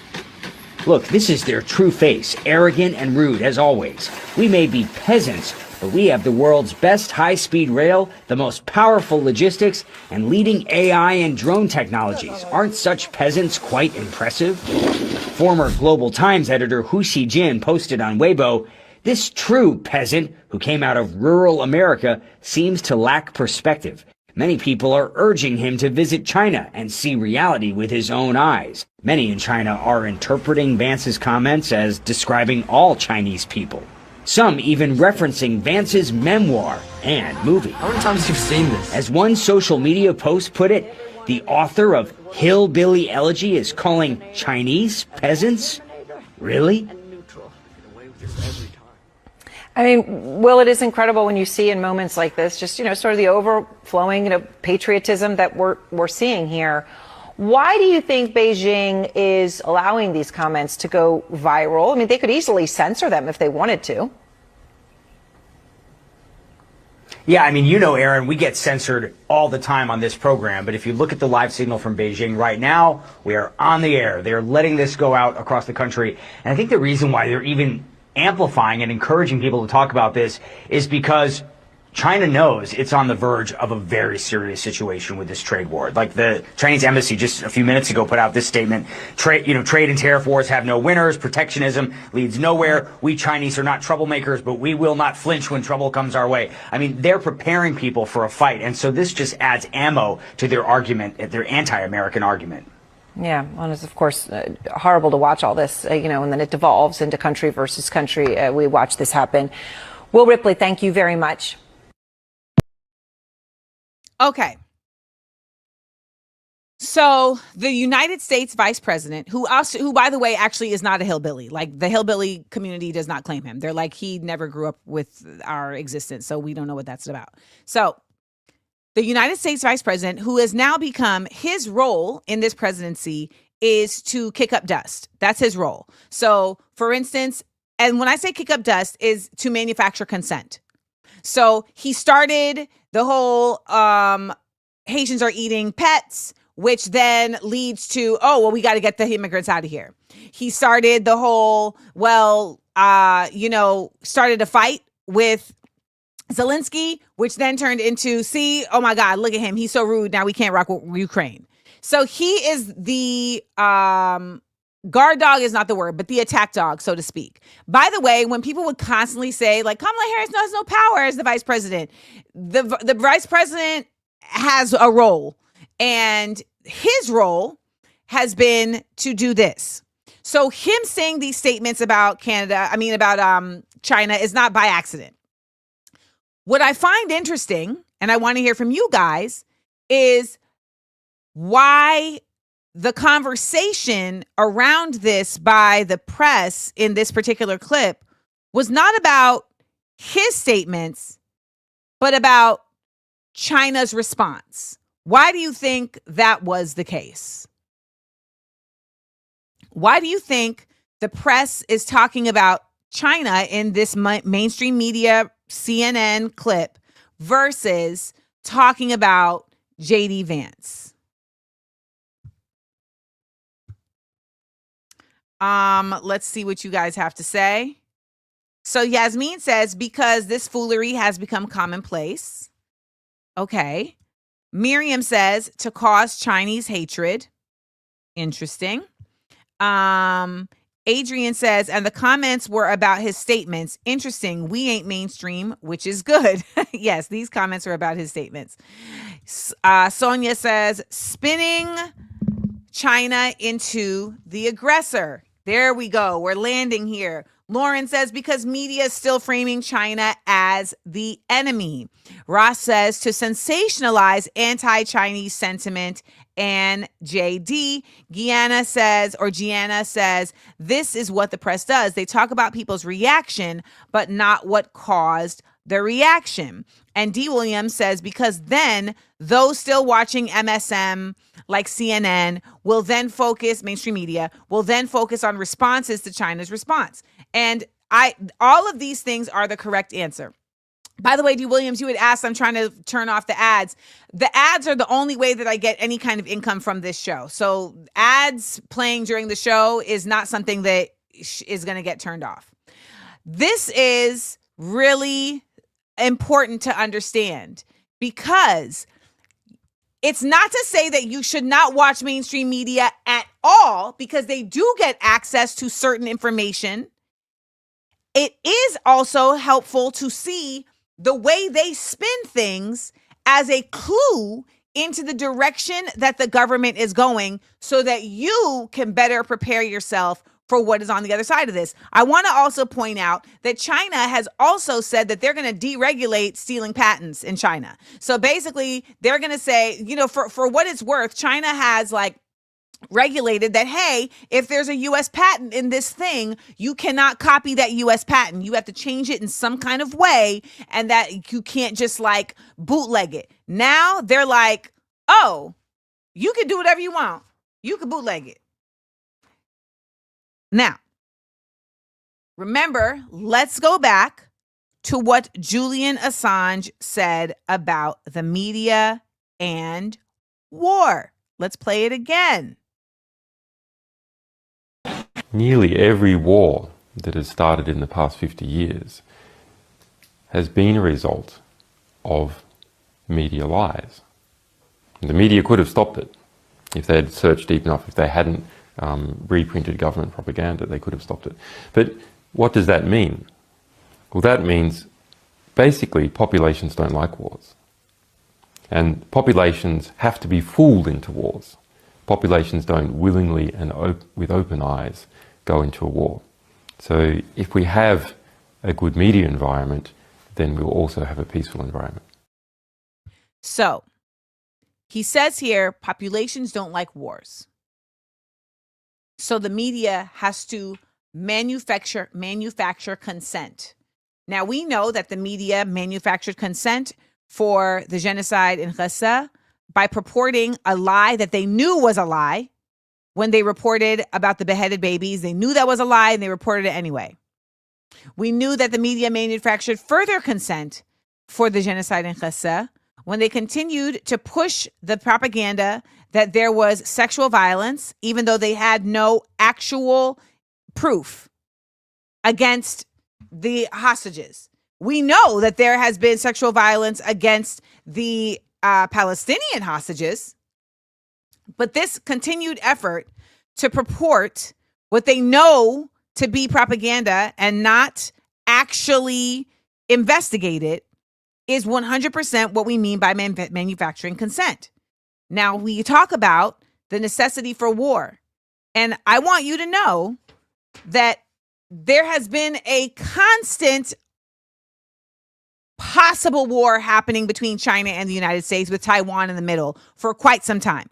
Now, after World War II, Japan became the United States ally because what happened was that the United States rewrote Japan's constitution and said you are not allowed to have an offensive army.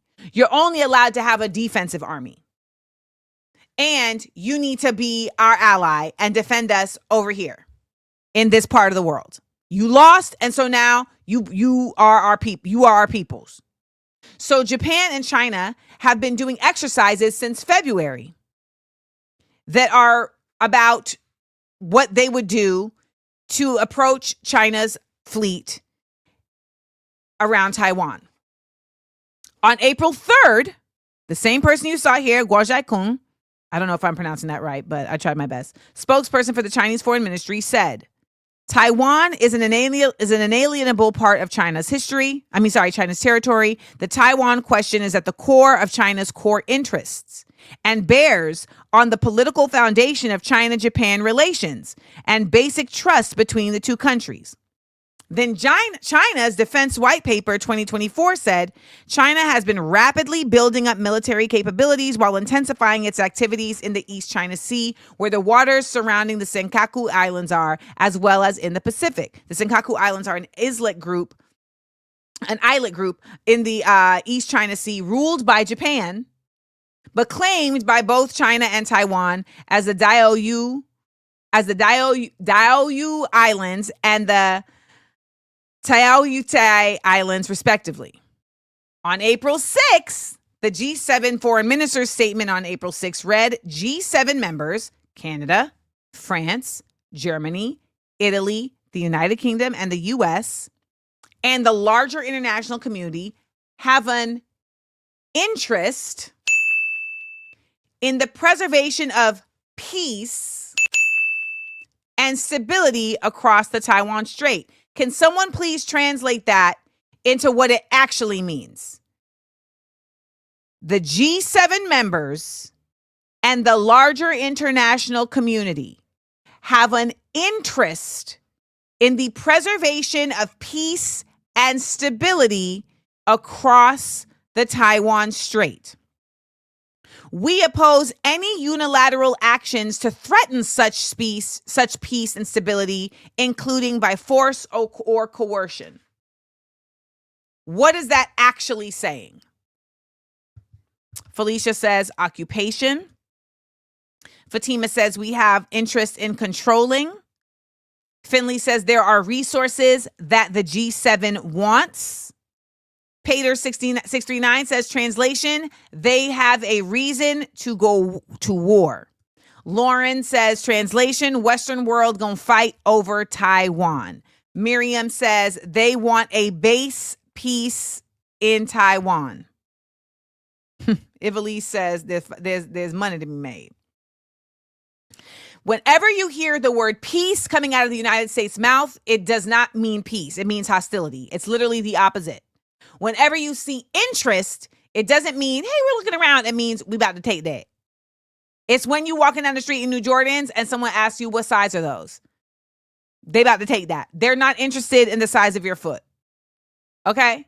That's me. That's me. That's me. That is what that means.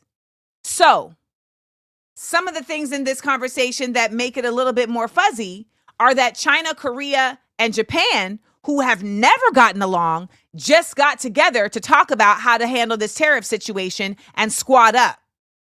That just happened. Interessante. So when we are looking at the news and mainstream media and the manipulation at hand, we can see far and away what is being attempted to be manufactured consent, because they're talking about China as an enemy, even in the context of them not being an enemy.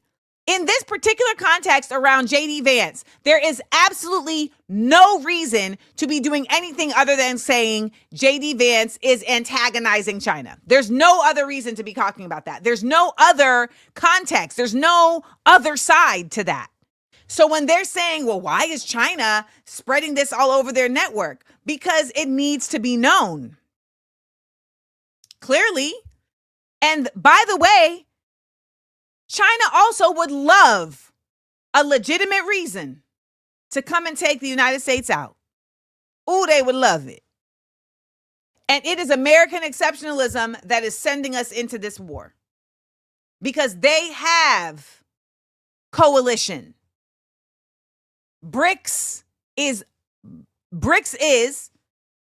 Brazil, Russia, India, China, Spain, and now Bolivia and Cuba.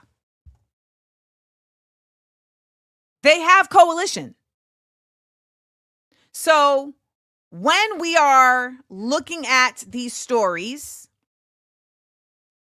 and we are trying to understand where things are going, we can listen to what is not being said, and that often will drive us to the answer.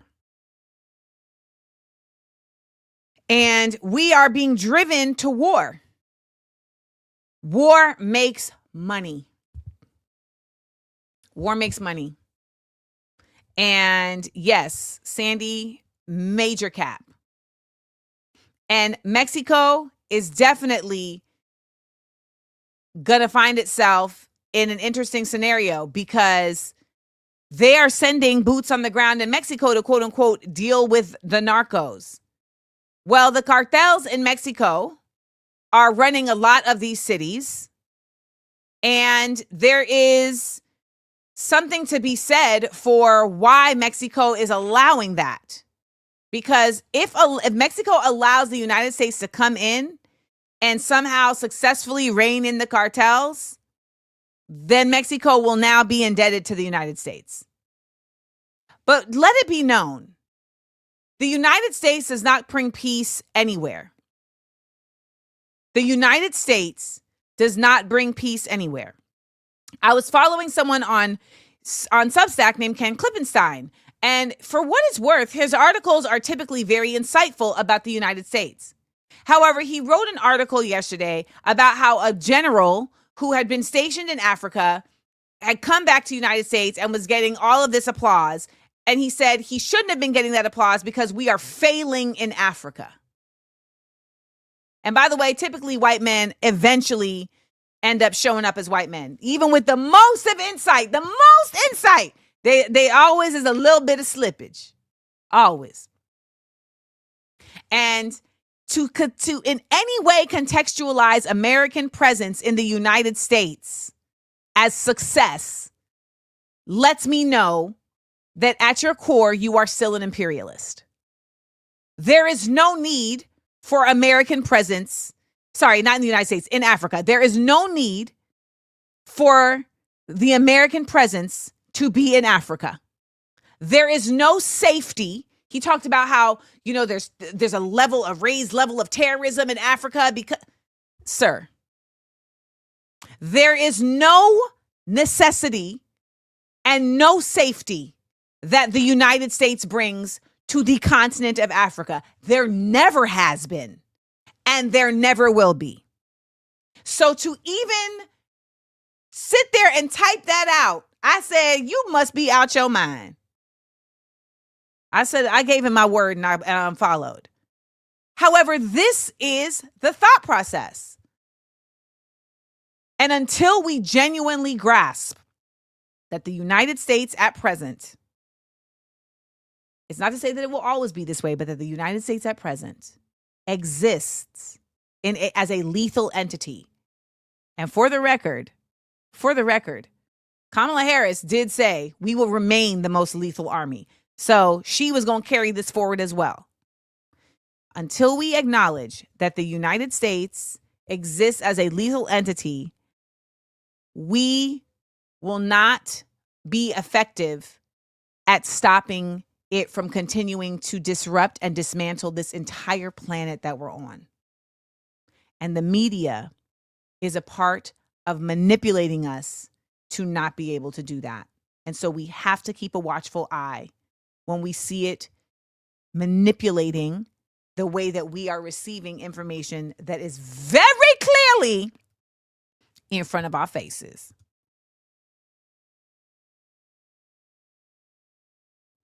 Amanda Land. PSA.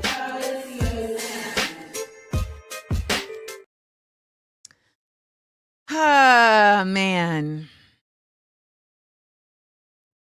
I find myself being having to be a lot more honest with myself about where we really are. I think as we talk about American exceptionalism, I can absolutely tell you that sometimes I feel like I'm letting it run me when I don't really admit how bad things could really get. I saw a clip of the United States the White House press secretary talking about Donald Trump pursuing legal ways in which he could deport U.S. citizens. That's an oxymoron, by the way. Deporting a U.S. citizen. Apparently, the UAE has participated in deporting citizens. And there was another country, but I can't remember off the top of my head. She goes on to say that it would be citizens who engage in murderous, terrible, horrifying, multi-convictioned actions. We know though for a fact that is not who they are solely focusing on when they are sending people to possibly their deaths. We know that. We know that they are actively making the choice to send people for political reasons that have nothing to do with what? That have nothing to do with anything legitimate. It has nothing to do with these people's involvement in crime. It has nothing to do with these people's involvement in harm. And it has everything to do with things that have nothing to do with these people. I watched a clip that 60 Minutes did about the individuals who are being taken to this prison in El Salvador. And I wept. Because one of the things that really surprised me was that 60 Minutes was even covering this in the way and the manner that they were covering it. They had a photojournalist there who was showing photos of the individuals that were being taken, that he had taken. He had taken the photos of these individuals. And he was showing these photos, marking the terror in their eyes, the fear in their eyes. And he said one of the individuals was very clearly not a gang member. And he kept saying, I'm gay. He kept saying, I'm gay and I am not supposed to be here. I'm a makeup artist. Like, I am not supposed to be here. And that person is just stuck now in a prison that he has absolutely no reason to be in. And I'm going to show you this clip because I want you all to feel what I felt. And I appreciate that 60 Minutes even covered this. It also says to you, that's how bad things are. That you can't even ignore how absolutely terrible this is. And I want you to also know that the Democrats are a part of things getting this bad when they are now politicizing these things that could have absolutely been avoided. This could have been avoided.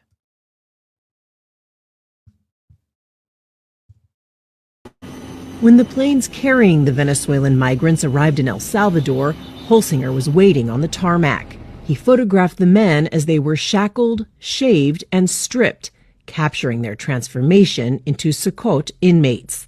Holsinger wrote about the experience in an article for Time magazine. Some of those photos have been published or televised elsewhere, but most of what he shared with 60 Minutes has never been seen before. As soon as they came to the door, they're greeted by a sea of black-clad, masked police and riot gear. This is a typical face of the Venezuelans. These are eyes that are asking lots of questions. Where am I? What's happening? What's going to happen to me? A lot of fear in these faces. Their appearance was different than anything I had seen. Literally like they'd just come off the street. They were all in nice clothes. They move them fast and hard, and they intentionally want them to feel that they're powerless. They grab them in the neck, march them down the stairs, and it's rapid and fast and painful. These guys were not allowed to be making eye contact or looking, and a guard came and grabbed his head and forced his head down to tell him, you're not allowed to be looking up and looking around. And then they go right into a room where they shave everybody's head. And they don't shave their heads, tenderly. The guards are just, fast, rapido. So some of them are nicking their heads. This man really grabbed my attention. He may be a criminal. He may be innocent. He may be a father. I don't know his story at all, but I know his eyes. He didn't fight. Hopelessness just gave in. One of the Venezuelans who caught Holsinger's attention was this man, who 60 Minutes has now identified as Andre Hernandez Romero. Andre's lawyer told us he is a 31-year-old gay man and makeup artist with no criminal record in the United States or Venezuela. So this is a young man that I had followed from the bus who was exclaiming that he was soy gay and saying that he was innocent. And he was, being slapped every time he would speak up, but he just, like he couldn't help himself. Then he started praying and calling out, literally crying for his mother. His crying out for his mother really, touched me. The last time I saw images like this were in the pictures that my 7th grade teacher, Miss Lewis, showed us of Nazi concentration camps. That was the last time I remember seeing images like this.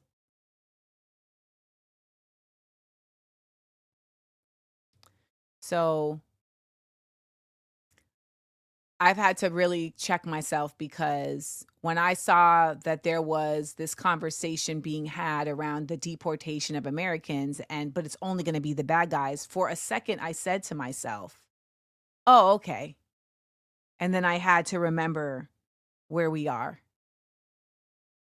And I had to remember who we are, who this nation is.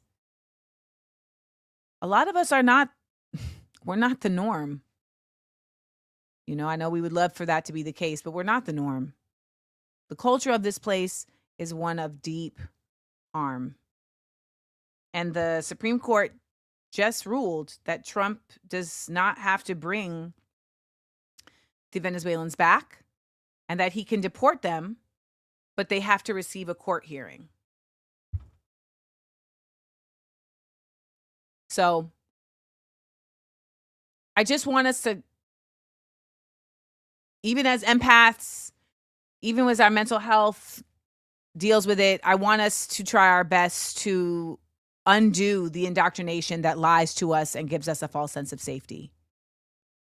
Because we do need to acknowledge how terrible these people are, and how terrible they can get, to even accurately know what we can do to protect each other and to protect ourselves, and to hopefully put an end to it in some shape, way, or form. PSA.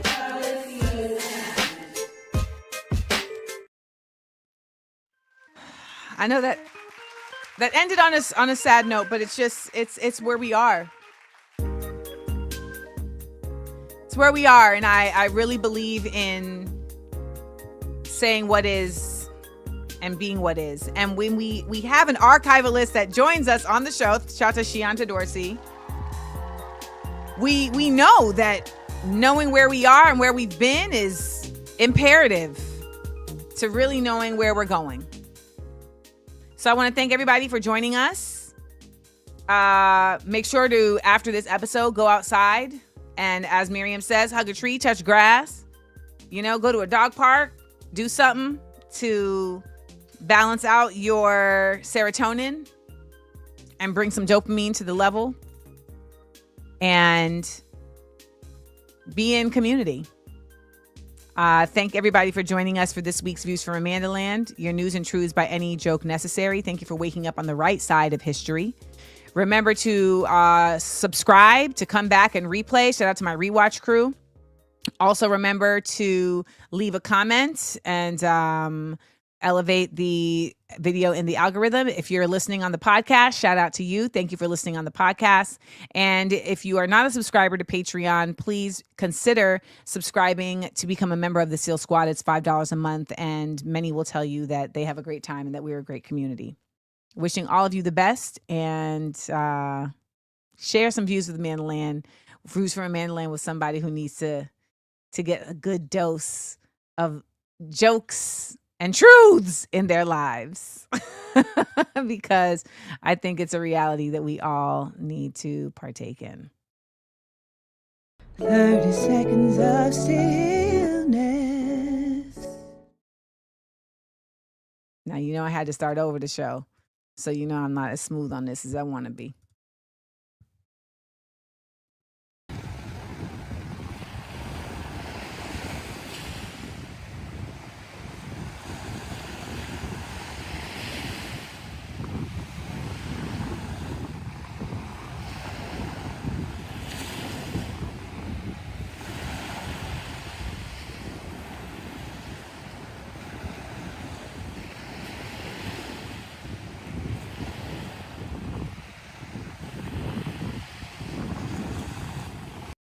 I enjoyed laughing and learning with you. Please make sure to like, comment, and subscribe. And tell your friends. Also, listen to the podcast. It's available everywhere pods are casted. Listen ad-free by subscribing to Patreon Amanda Seals. Come on and join the SEAL Squad. Views from Amanda Land. Live 10 a.m. Eastern, Monday through Wednesday, with content on Thursday and Friday at YouTube Amanda Seals TV.